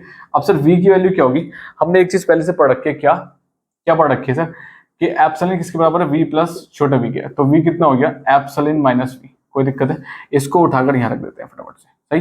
तो कितना आ गया, epsilon minus V upon I, सही है। अब हमें एक चीज पता है सर, अगर मैं आई की बात करूं एक्सटर्नल सर्किट में, तो V is equal to I R है सर, है ना। तो आई कितना हो गया सर, तो ये हो गया वी अपॉन आर, कोई दिक्कत है? इसको उठाकर कहाँ रख देंगे आप, आई की जगह पर। तो क्या बन गया sir, R is equal to epsilon minus V upon R, ठीक है। ये आर कहाँ गया सर, ऊपर। तो क्या हो गया, R epsilon minus V upon में रह गया एक वी, कोई दिक्कत, ठीक है। अब इस वी को चाहे तो अलग अलग लिख सकते हैं, आर इज इक्वल टू, ये हो गया आपके पास epsilon upon V minus V upon V, ये कैंसिल कितना हो गया 1, तो क्या बचेगा sir, R epsilon upon V minus 1, कोई दिक्कत है? तो एक आपके पास ये फॉर्मूला और बन जाता है, किस किस के बीच में सर, किसके बीच में फॉर्मूला बन जाता है, ये आपके पास इंटरनल रेजिस्टेंस के बीच में प्लस एक्सटर्नल रेजिस्टेंस के बीच में, ईएमएफ के बीच में, टर्मिनल वोल्टेज के बीच में, ठीक है। तो एक सिंपल ये वाला फॉर्मूला और बन जाता है। कोई प्रॉब्लम है यहाँ तक, ठीक है, जो यहाँ से शुरू हुआ है। आ गई बात समझ में? कोई भी दिक्कत है किसी को, कोई भी दिक्कत समझ में आ गया क्या हुआ है, ठीक है, सही है। तो ये आप फॉर्मुलेज हैं जो आपके पास यूज होंगे। आपको क्वेश्चन में एक्सटर्नल रेजिस्टेंस की विन होगा, ईएमएफ की विन होगा, टर्मिनल वोल्टेज की विन होगा, वो आपसे इंटरनल रेजिस्टेंस पूछ लेगा, ठीक है। सिंपल सा फॉर्मुला पता होना चाहिए, कोई दिक्कत, ठीक है। डेरिवेशन भी हो गई है आराम से, ठीक। सिर्फ आपको दो वैल्यूज रखनी है, एक ये रखनी है और एक ये रखनी है, खत्म, ठीक। आगे बात होंगे, सही है। कोई भी डाउट हो आप कमेंट सेक्शन में आप ड्रॉप कर सकते हैं, ठीक है। चलिए फिर आगे बढ़ते हैं, है ना। बात कर लेते हैं factors affecting internal resistance of a cell. Internal resistance के कौन से फैक्टर्स हैं जो इंटरनल रेजिस्टेंस को इफेक्ट करते हैं, वो भी हम एक बार देख लेते हैं, इंपॉर्टेंट है, ठीक है। चलो यहाँ पे अब देखते हैं factors affecting internal resistance of a cell. कौन से ऐसे फैक्टर्स हैं जो इंटरनल रेजिस्टेंस को अफेक्ट करते हैं। सबसे पहले आता है आपके पास surface area of electrode. Surface area of electrode का मतलब ये हो गया भाई, इलेक्ट्रोड कौन से थे, प्लस, यानी कि ये इनका सरफेस एरिया कितना है, ये, ठीक है। इनका सरफेस एरिया ये वाला, ये है सरफेस एरिया, ठीक है, इलेक्ट्रोड्स का। तो देखो सरफेस एरिया की क्या है, रेजिस्टेंस हमेशा एरिया के इनवर्सली प्रोपोर्शनल, जितना ज्यादा एरिया उतना अकोमोडेशन, जितना कम एरिया उतना ड्रिफ्टिंग कोलिजन ना। तो रेजिस्टेंस, इंटरनल रेजिस्टेंस क्या है, इनवर्सली प्रोपोर्शनल है, ठीक है। इनवर्सली यानी कि आर बढ़ेगा तो एरिया डिक्रीज है, अगर एरिया इंक्रीज है सरफेस एरिया तो इंटरनल रेजिस्टेंस क्या है, डिक्रीज, ठीक है। कोई दिक्कत है, अपोजिट है एक दूसरे के, इनवर्सली प्रोपोर्शनल। मैं लिख देता हूँ यहाँ पे, इसका ये साइन होता है इनवर्सली प्रोपोर्शनल, ठीक है, इनवर्सली, ठीक। अब बात करते हैं डिस्टेंस। जितना ज्यादा डिस्टेंस होगा, जितना ज्यादा डिस्टेंस होगा दोनों बीच के इलेक्ट्रोड, तो उतना ही टाइम लगेगा, उतना ही आपके पास क्या मिलेगा सर, कोलिजन मिलेगा, है ना। उतना ही आपके पास एनर्जी लॉस होगी, यानी कि आपके पास यहाँ पे इंटरनल रेजिस्टेंस मिलेगा, है ना। तो जितना ज्यादा डिस्टेंस होगा इन दोनों के बीच में, इन दोनों के बीच में जो डी है वो जितना ज्यादा होगा, ठीक, तो यानी कि डायरेक्टली प्रोपोर्शनल है, यानी कि जितना ज्यादा डिस्टेंस होगा उतना ही ज्यादा इंटरनल रेजिस्टेंस मिलेगा, क्योंकि कोलिजन ड्रिफ्टिंग ज्यादा मिलेगी, वो मंजिल तक पहुंच ही नहीं पाएंगे। ज्यादा रास्ता है तो टकराना, कोलिजन ड्रिफ्टिंग बहुत ज्यादा होने वाली है ना, ठीक है। कम रास्ता है तो भाई ठीक है, थोड़ा बहुत टकरा वगैरह के इंसान बाहर निकल जाएगा, लेकिन ज्यादा है तो भाई एनर्जी ज्यादा लगेगी, इधर से भी धक्का उधर से भी धक्का, फिर चलते रहना, है ना। तो ठीक, तो डिस्टेंस ज्यादा है, रेजिस्टेंस ज्यादा है। डिस्टेंस कम है दोनों भी इलेक्ट्रोड के बीच में, तो रेजिस्टेंस भी क्या है, कम है, कोई दिक्कत, ठीक है। इलेक्ट्रोड से मतलब क्या है यहाँ पे सर, एनोड और कैथोड, ठीक है, ठीक। अच्छा, nature of concentration of electrodes, जितना ज्यादा कंसंट्रेशन होगा उतने ही ज्यादा आयंस मिलेंगे, जितने ज्यादा आयंस मिलेंगे उतना ही उनके बीच में कोलिजन होगा, ड्रिफ्टिंग होगा, रेजिस्टेंस भी उतना ज्यादा मिलेगा। तो क्या है, डायरेक्टली प्रोपोर्शनल है। रेजिस्टेंस बढ़ेगा यानी कि कंसंट्रेशन अगर आपके पास ज्यादा है तो रेजिस्टेंस भी ज्यादा है, क्यों, क्योंकि आपके पास आयंस ज्यादा है। कंसंट्रेशन का मतलब हो गया सर H2SO4 लिया था, तो इसके मॉलिक्यूल ज्यादा हैं, जब जिसके मॉलिक्यूल ज्यादा हैं तो ज्यादा ही टूटेंगे। मैं कह रहा हूँ 10 है, 10 का मतलब 10 H टूटेंगे प्लस, है ना, और SO4 2 माइनस भी टूटेंगे, तो ये ज्यादा हो जाएंगे, कोई दिक्कत है। जितना ज्यादा कंसंट्रेशन उतना ज्यादा रेजिस्टेंस, ठीक है। कंसंट्रेशन जितना कम, रेजिस्टेंस भी उतना ही कम, कोई दिक्कत है, ठीक है। तो यहाँ पे जब आमने सामने होता है तो उसको बोलते हैं डायरेक्टली प्रोपोर्शनल। क्या बोलते हैं सर, डायरेक्टली प्रोपोर्शनल, कोई दिक्कत है। अपॉन में होता है तो उसको बोलते हैं इनवर्सली, मैं सही से लिख देता हूँ, इनवर्सली, कोई दिक्कत, ठीक है। अब बात आती है टेम्परेचर की। अब आपने पढ़ा था एक्सटर्नल सर्किट का टेम्परेचर थोड़ा अलग था। एक्सटर्नल सर्किट में रेजिस्टेंस का ये था कुछ डायरेक्टली प्रोपोर्शनल, है ना। इंटरनल में थोड़ा अलग है। इंटरनल की बात करेंगे तो ये होता है इनवर्सली प्रोपोर्शनल, यानी कि टेम्परेचर अगर ज्यादा है तो इंटरनल रेजिस्टेंस कम है, टेम्परेचर अगर कम है तो इंटरनल रेजिस्टेंस ज्यादा है। ये यहाँ पे इनवर्सली प्रोपोर्शनल होता है, ये ध्यान रखना टेम्परेचर में, ठीक है।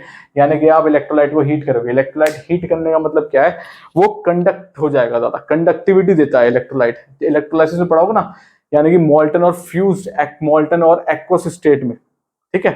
तो आपने इलेक्ट्रोलाइसिस में पढ़ा है ना, फ्यूज्ड या फिर आपके पास जब हम इलेक्ट्रिसिटी पास कर देते हैं उस स्टेट में कोई भी इलेक्ट्रोलाइट ज्यादा कंडक्टर हो जाता है, ठीक है, गुड कंडक्टर ऑफ इलेक्ट्रिसिटी हो जाता है, तो वही कंडीशन है यहाँ पे। अगर आप ज्यादा टेम्परेचर देते हैं, ठीक है, तो वो क्या बन जाएगा, गुड कंडक्टर बन जाएगा। गुड का मतलब क्या होगा, करंट ज्यादा है और रेजिस्टेंस आपके पास कम है, ठीक है, तो ये वाला कॉन्सेप्ट यहाँ पे लग जाएगा, कोई दिक्कत है, ठीक है, समझ में आ गई बात, ठीक। तो थोड़ा इंटरनल रेजिस्टेंस एक्सटर्नल वाले से डिफरेंट है, ये डायरेक्टली प्रोपोर्शनल है एक्सटर्नल यहाँ पर, ठीक है, जो एक्सटर्नल रेजिस्टेंस है वो आपके पास डायरेक्टली प्रोपोर्शनल है, लेकिन इंटरनल आपके पास इनवर्सली प्रोपोर्शनल है, कोई दिक्कत, ठीक है। तो ये है factors affecting internal resistance of a cell, कोई दिक्कत है, ठीक है।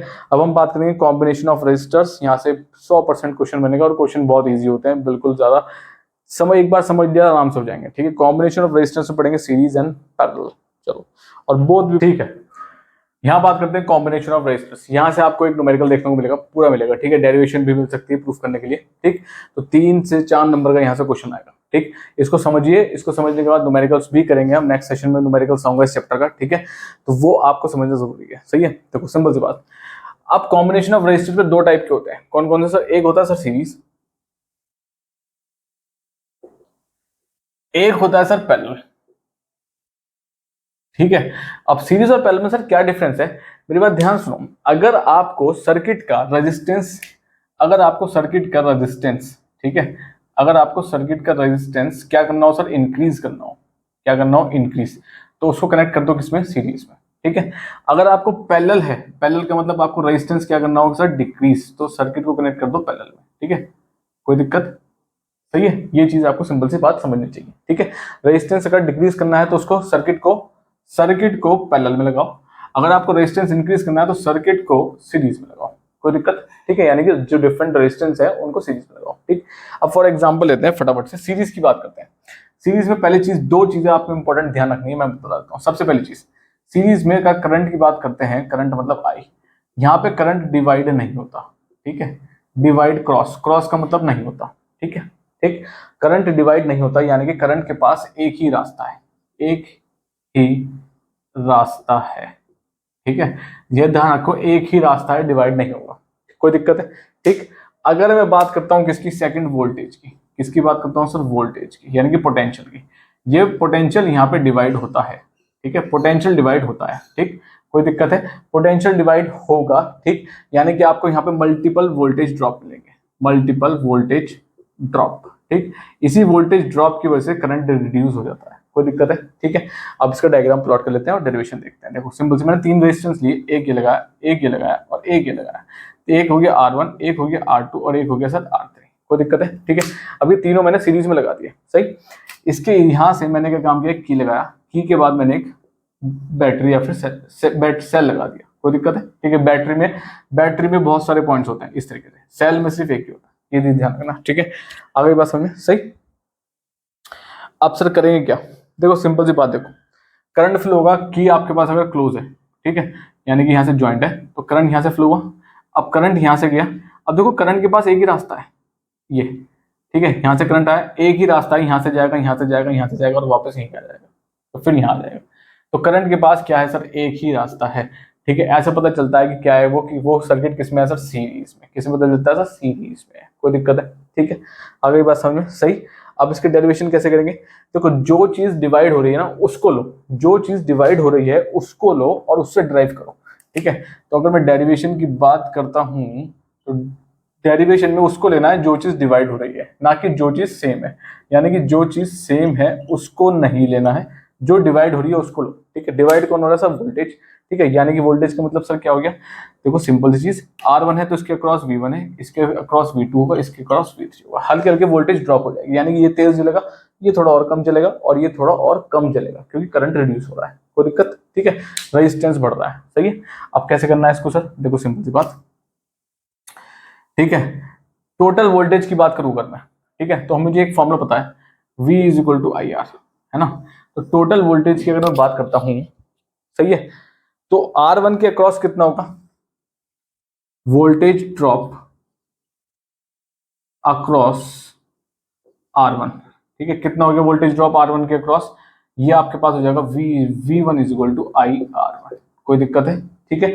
ऐसे ही वोल्टेज ड्रॉप अक्रॉस R2 कितना हो गया sir, V2 is equal to IR2। ऐसे ही वोल्टेज ड्रॉप अक्रॉस R3 कितना हो गया sir, V3 is equal to IR3। ठीक है, तीनों वोल्टेज निकाले, यानी कि इसका, इसका और इसका, इतना वोल्टेज ड्रॉप है। ठीक, अब सर वोल्टेज ड्रॉप है तो टोटल वोल्टेज कितना है, टोटल वोल्टेज कितना है सर, टोटल वोल्टेज है सर V, ये रहा V। ठीक है, टोटल वोल्टेज हमारे पास कितना है V, ये रहा सर V। कोई दिक्कत? ठीक, रुक जाओ 2 मिनट रुको, कंफ्यूज होने की जरूरत नहीं है, मैं इसको थोड़ा चेंज कर देता हूँ। ये है टोटल वोल्टेज V, सही है।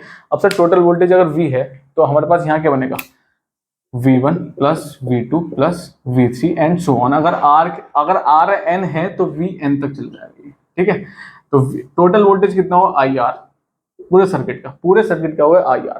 ठीक है, V1 कितना हो गया सर IR1, ये हमने निकाल रखा सर, ये रहा। ठीक है, ये हो गया आपके पास IR2, ये हो गया आपके पास IR3। ठीक है, यहाँ से I कॉमन ले लेते हैं, क्या बचा R1 plus R2 plus R3, ठीक, इक्वल्स टू IR।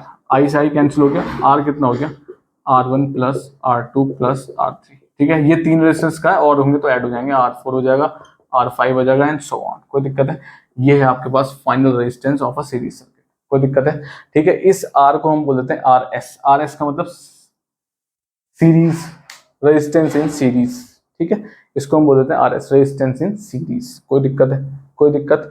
तो अगर सीरीज में लगे होंगे ना रेजिस्टेंस, सब सिंपल ऐड कर दो। सपोज मैं कह रहा हूँ R1 की वैल्यू 5 है, R2 की वैल्यू 10 है, R3 की वैल्यू सपोज आपके पास 15 है, तो टोटल रेजिस्टेंस कितना हो जाएगा आपके पास, RS कितना हो जाएगा 5 प्लस 10 प्लस 15, सिंपल 25 30 ओम। ठीक, कोई दिक्कत? इस तरीके से आ गई बात समझ में? ठीक है, ये बात है आपकी किसकी, सीरीज की। कोई दिक्कत, कोई भी दिक्कत है कमेंट सेक्शन में ड्रॉप कर दें आप। ठीक है, सही है, आगे बढ़े। ठीक, बात करते हैं पैरेलल की। ठीक है, पैरेलल से बात करने के लिए थोड़ा सा इसको रब करेंगे, सही। तो आप इसका स्क्रीनशॉट ले सकते हैं इजीली, ठीक, और नहीं तो हैंड टू हैंड इसका कॉपी पेन लेके बैठे और फटाफट से काम करते हैं। ठीक है, सही है। बहुत जल्द मैं टेलीग्राम्स में ये जो नोट्स हैं आपको उतारने की जरूरत नहीं पड़ेगी, मैं इसको डायरेक्ट वहाँ नोट्स की फॉर्म में दे दूंगा आपको, स्क्रीनशॉट के फॉर्म में, तो यहाँ से समझिए और वहां से आप नोट्स बना सकते हैं। सही है, आगे बढ़े, चलो लेते हैं पैरेलल। यार पैरेलल सर्किट की बात करते हैं। ठीक है, सिंपल सी बात है। तो पैरेलल सर्किट में सिंपल क्या होगा, ठीक है, देखो पैरेलल सर्किट की पढ़ने के लिए सबसे पहले दो चीज समझनी पड़ेगी, वही जो हमने वहां समझी। सबसे पहले चीज क्या, आपके पास यहाँ पे वोल्टेज, ठीक है, यहाँ पे वोल्टेज क्या रहती है, सेम। ठीक है, तो दूसरी चीज करंट, यहाँ पे करंट होता है क्या, डिवाइड। ठीक है, करंट डिवाइड होगा और वोल्टेज क्या रहेगी, सेम। कोई दिक्कत है? ये आपको चीज समझिए। अब करंट डिवाइड होने का मतलब क्या है, करंट के पास बहुत सारे रास्ते हैं, ठीक है, या फिर एक से ज्यादा रास्ते हैं, एक से ज्यादा रास्ते हैं। कोई दिक्कत है? करंट के पास अब एक से ज्यादा रास्ते हैं यहाँ पर। ठीक है, कैसे सर? देखो मैंने कहा बिल्कुल ध्यान से देखो, हम एक डायग्राम प्लॉट कर लेते हैं। सपोज कहाँ करेंगे, यहाँ पे यहीं कर लेते हैं। ठीक है, ये आपके पास ये सर्किट, एक रास्ता ये गया, एक रास्ता ये गया, एक रास्ता। अब देखो मैं बताता हूँ, ये एक रेजिस्टेंस आपने यहाँ लगाया, अभी रास्ता छोड़ो, एक यहाँ लगाया, एक आपने यहाँ लगाया, ये ज्वाइन करा, ये ज्वाइन करा और ये ज्वाइन करा। ठीक है, इसको मैं नीचे ले आता हूँ, यहाँ पे मैंने की लगाई, की के बाद मैंने यहाँ पे बैटरी लगाई, इस साइड लगाया। कोई दिक्कत? ठीक है, ये हो गया। जब ये क्लोज है, अगर ये क्लोज है तो करंट फ्लो किया, करंट यहाँ तक आया, करंट फिर यहाँ तक आया। ठीक है, अब देखो करंट के पास अब यहाँ पे प्रॉब्लम हो गई है। अब करंट कह रहा है मैं यहाँ तक तो आया हूँ, लेकिन अब मेरे पास बहुत सारे रास्ते नजर आ रहे हैं। ये इस पॉइंट से मैं यहाँ भी जा सकता हूँ, यहाँ भी जा सकता हूँ और यहाँ भी जा सकता हूँ, और जाना ही पड़ेगा क्योंकि यहाँ पे रेजिस्टेंस R1 है, यहाँ पे रेजिस्टेंस R2 है, यहाँ पे रेजिस्टेंस R3 है। ठीक है, अब जब करंट के पास बहुत सारे रास्ते हो जाएं, ठीक है, तब वो होता है पैरेलल सर्किट में। ठीक है, तो यहाँ गया I1, यहाँ आ गया I2, यहाँ आ गया I3।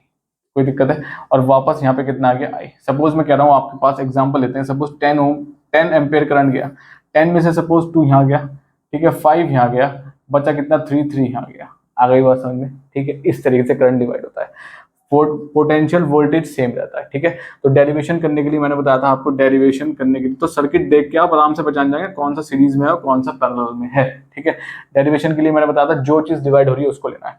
कौन सी चीज डिवाइड हो रही है सर, कौन सी चीज, करंट डिवाइड हो रहा है, तो करंट के बेसिस पे फॉर्मूला बनेगा। ठीक है, तो आपके पास करंट के बेसिस पे फॉर्मूला बनेगा तो क्या, कैसे बनेगा?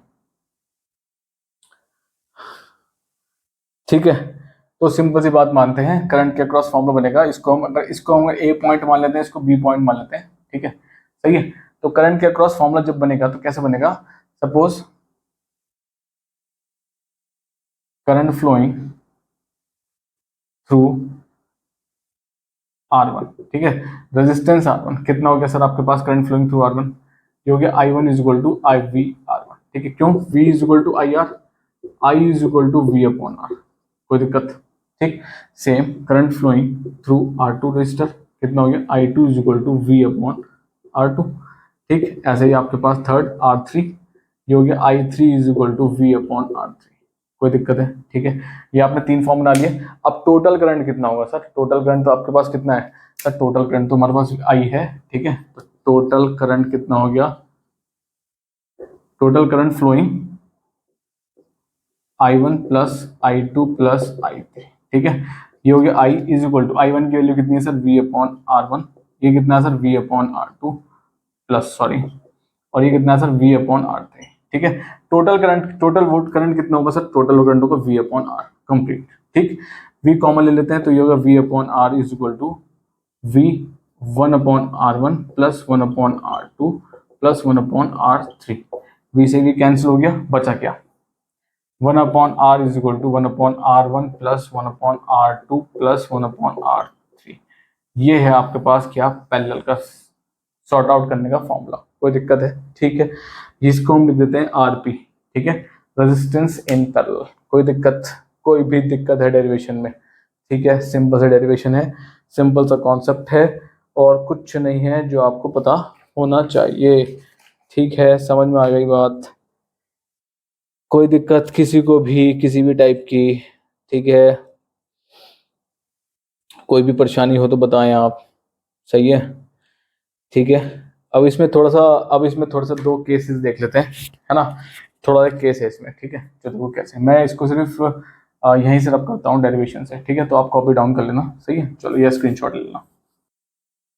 देखो अभी इसमें एक केस है। कौन सा केस है? वो क्या कह रहा है कि सपोज हमने फॉर्मूला बनाया था 1 upon R P is equal to 1 upon R1 plus 1 upon R2 plus 1 upon R3 and so on 1 upon Rn तक चल जाएगा। कितने भी हो, 4 हो, 5 हो, 6 हो, 7 हो, कुछ भी हो सकता है, ठीक है।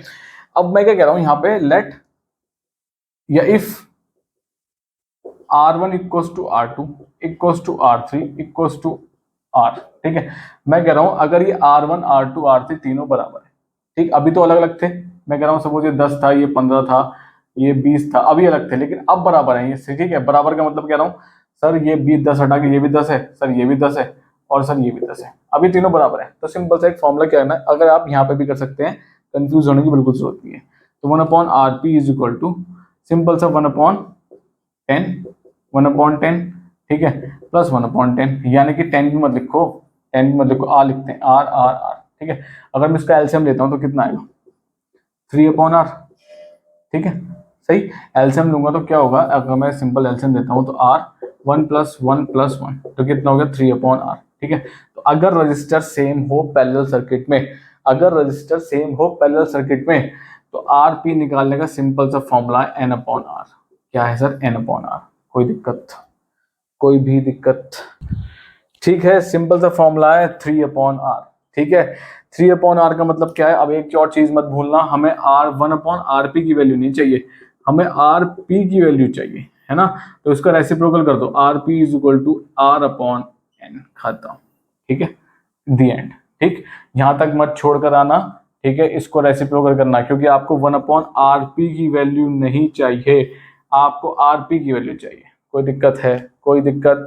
ठीक है, ये अगर ऊपर जाएगा तो ये नीचे आएगा, और ये ऊपर चल जाएगा, रेसिप्रोकल कर देना, कोई दिक्कत? ठीक है, तो ये केस है जहां पे रेजिस्टेंस बराबर हो जाते हैं, ये वाला केस, ठीक है। मैं अब सर एक कॉम्बिनेशन का क्वेश्चन करा दो, यानी सीरीज में भी और पैरेलल भी हो, ताकि हमें भी आइडिया हो जाए कि है ना कौन सा चीज कैसे हो रहा है।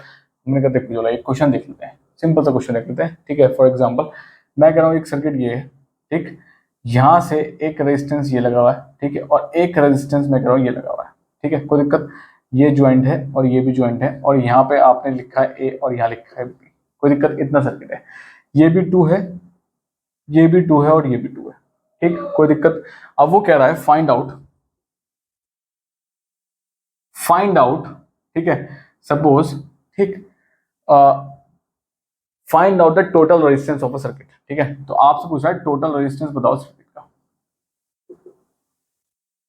क्वेश्चन मार्क, ठीक है।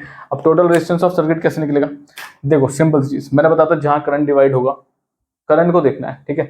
सपोज ये ए बी के क्रॉस चाहिए आपको टोटल रेजिस्टेंस, तो जहां ए बी के क्रॉस चाहिए, जहां कुछ नहीं होगा वहां समझना एक बैटरी लगेगी या सेल लगा हुआ है, कोई दिक्कत, ये प्लस ये माइनस, ठीक है। तो प्लस से करंट गया ऊपर, ये यहाँ करंट आया। अब करंट के पास यहाँ आते दो रास्ते हैं, या तो वो सीधा चल जाए बेचारा, ये नीचे आ जाए, तो उसने कहा मैं I1 तो मैं डिवाइड हो जाता हूँ, I1 इधर गया I2 इधर गया।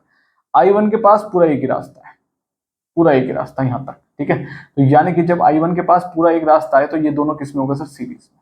किस में होगा सर, सीरीज में, ठीक है। और सीरीज का मतलब क्या हो गया, अगर मैं इसको सपोज R1 मान लेते हैं, इसको R2 मान लेते हैं, इसको R3 मान लेते हैं, ठीक है। सीरीज का मतलब सिंस करंट रिमेन्स सेम, ठीक है, सो अक्रॉस R1 एंड R3, ठीक है। तो RS कितना हो गया, सीरीज का मतलब कितना हो गया, R1 प्लस R3, ये हो गया 2 + 2 कितना हो गया सर, 4 ओम। कोई दिक्कत है। अब सर इसको सिंपलीफाई कैसे करेंगे, मैंने कहा कुछ नहीं करना, सिंपलीफाई करने का एक तरीका है। देखो ये A था, ये यहाँ से ये रेजिस्टेंस गया था, ये 2 ओम था जो कि आपके पास R2 था। अब आपने क्या काम किया, इन दोनों की जगह एक रेजिस्टेंस निकाल लिया 4 का, तो ये 2 लगाने की अब जरूरत नहीं है। क्या करो, एक रेजिस्टेंस लगा दो, ये वाला खत्म, और ये हो गया आपके पास RS कितना, 4। अब समझ में आया, समझ में आया कैसे हो रहा है ये, ठीक है। तो मैंने इन दोनों को हटा के एक करा दिया। सिंपलीफाई करो इस रेजिस्टेंस को, निकालने के बाद सिंपलीफाई, तभी क्वेश्चन सही हो पाएगा यहाँ से, वरना गड़बड़ हो जाएगी, ठीक है। अब क्या होगा, अब वही करंट है वापस, वही टर्मिनल है, अब यहाँ पे करंट गया आपके पास टोटल कितना, I1, यहाँ पे भी I2 गया, वही चीज है। अब दोनों किस में हो गए, अब इस करंट के पास दो रास्ते हैं, यहाँ पे एक रेजिस्टेंस है, यहाँ पे एक रेजिस्टेंस है, दोनों किस में होगा सर, पैरेलल में। किस में होगा सर, पैरेलल में, ठीक है। Since RS and R2 are in parallel, ठीक है, बिकॉज करंट गेट्स डिवाइडेड, ठीक, कोई दिक्कत। तो सिंपल सी बात है, 1/RP is equal to 1/RS plus 1/R2, ठीक, 1/4 प्लस 1/2, एलसीएम ले लेंगे तो कितना हो गया सर, 4। तो 4 का मतलब कितना होगा, 2 + 1, ठीक है, 1/RP, सही। तो यहाँ से कितना आ गया, 1/RP इज इक्वल टू 3/4। हमें आरपी की 1/RP की वैल्यू थोड़ी चाहिए, हमें चाहिए खाली आरपी की वैल्यू, कितना हो गया, 4/3, ठीक है। तो फाइनल जो रेजिस्टेंस होगा आपके पास कितना होगा सर, फाइनल रेजिस्टेंस आपके पास सर, ये फाइनल रेजिस्टेंस होगा सर्किट का 4/3 ओम, ठीक है, कोई दिक्कत है, आरपी ही यहाँ पे फाइनल होगा। आई बस समझ में, इस तरीके से क्वेश्चन सॉल्व करने हैं, कोई दिक्कत। ये तो मैंने सिंपल बताया है बिल्कुल एकदम, ठीक है। कोई प्रॉब्लम है, कोई भी दिक्कत है किसी को भी किसी टाइप की, ठीक है, इलेक्ट्रिसिटी चैप्टर में, अब कोई दिक्कत, ठीक, सही है। तो नेक्स्ट सेशन में मैं कवर करूंगा इसके numericals plus force work done energy. अब हम रिवीजन सीरीज भी शुरू कर देंगे, साथ के साथ क्वेश्चंस, कॉम्पिटिटिव सी बेस्ड क्वेश्चन, सारे क्वेश्चंस न्यूमेरिकल्स सब आने वाले हैं आप, ठीक है। तो स्टे ट्यून रहें आप, एकदम एक्टिव रहें, सही है। नो फर्दर डिलेज, कोई डिले नहीं होगा, ठीक ठीक। जो भी आपको चाहिए हो आप कमेंट सेक्शन में ड्रॉप करें, आपको मिलेगा, सही है, ठीक। चलिए फिर अभी के लिए मैं शुभम वर्मा कहता हूँ अलविदा।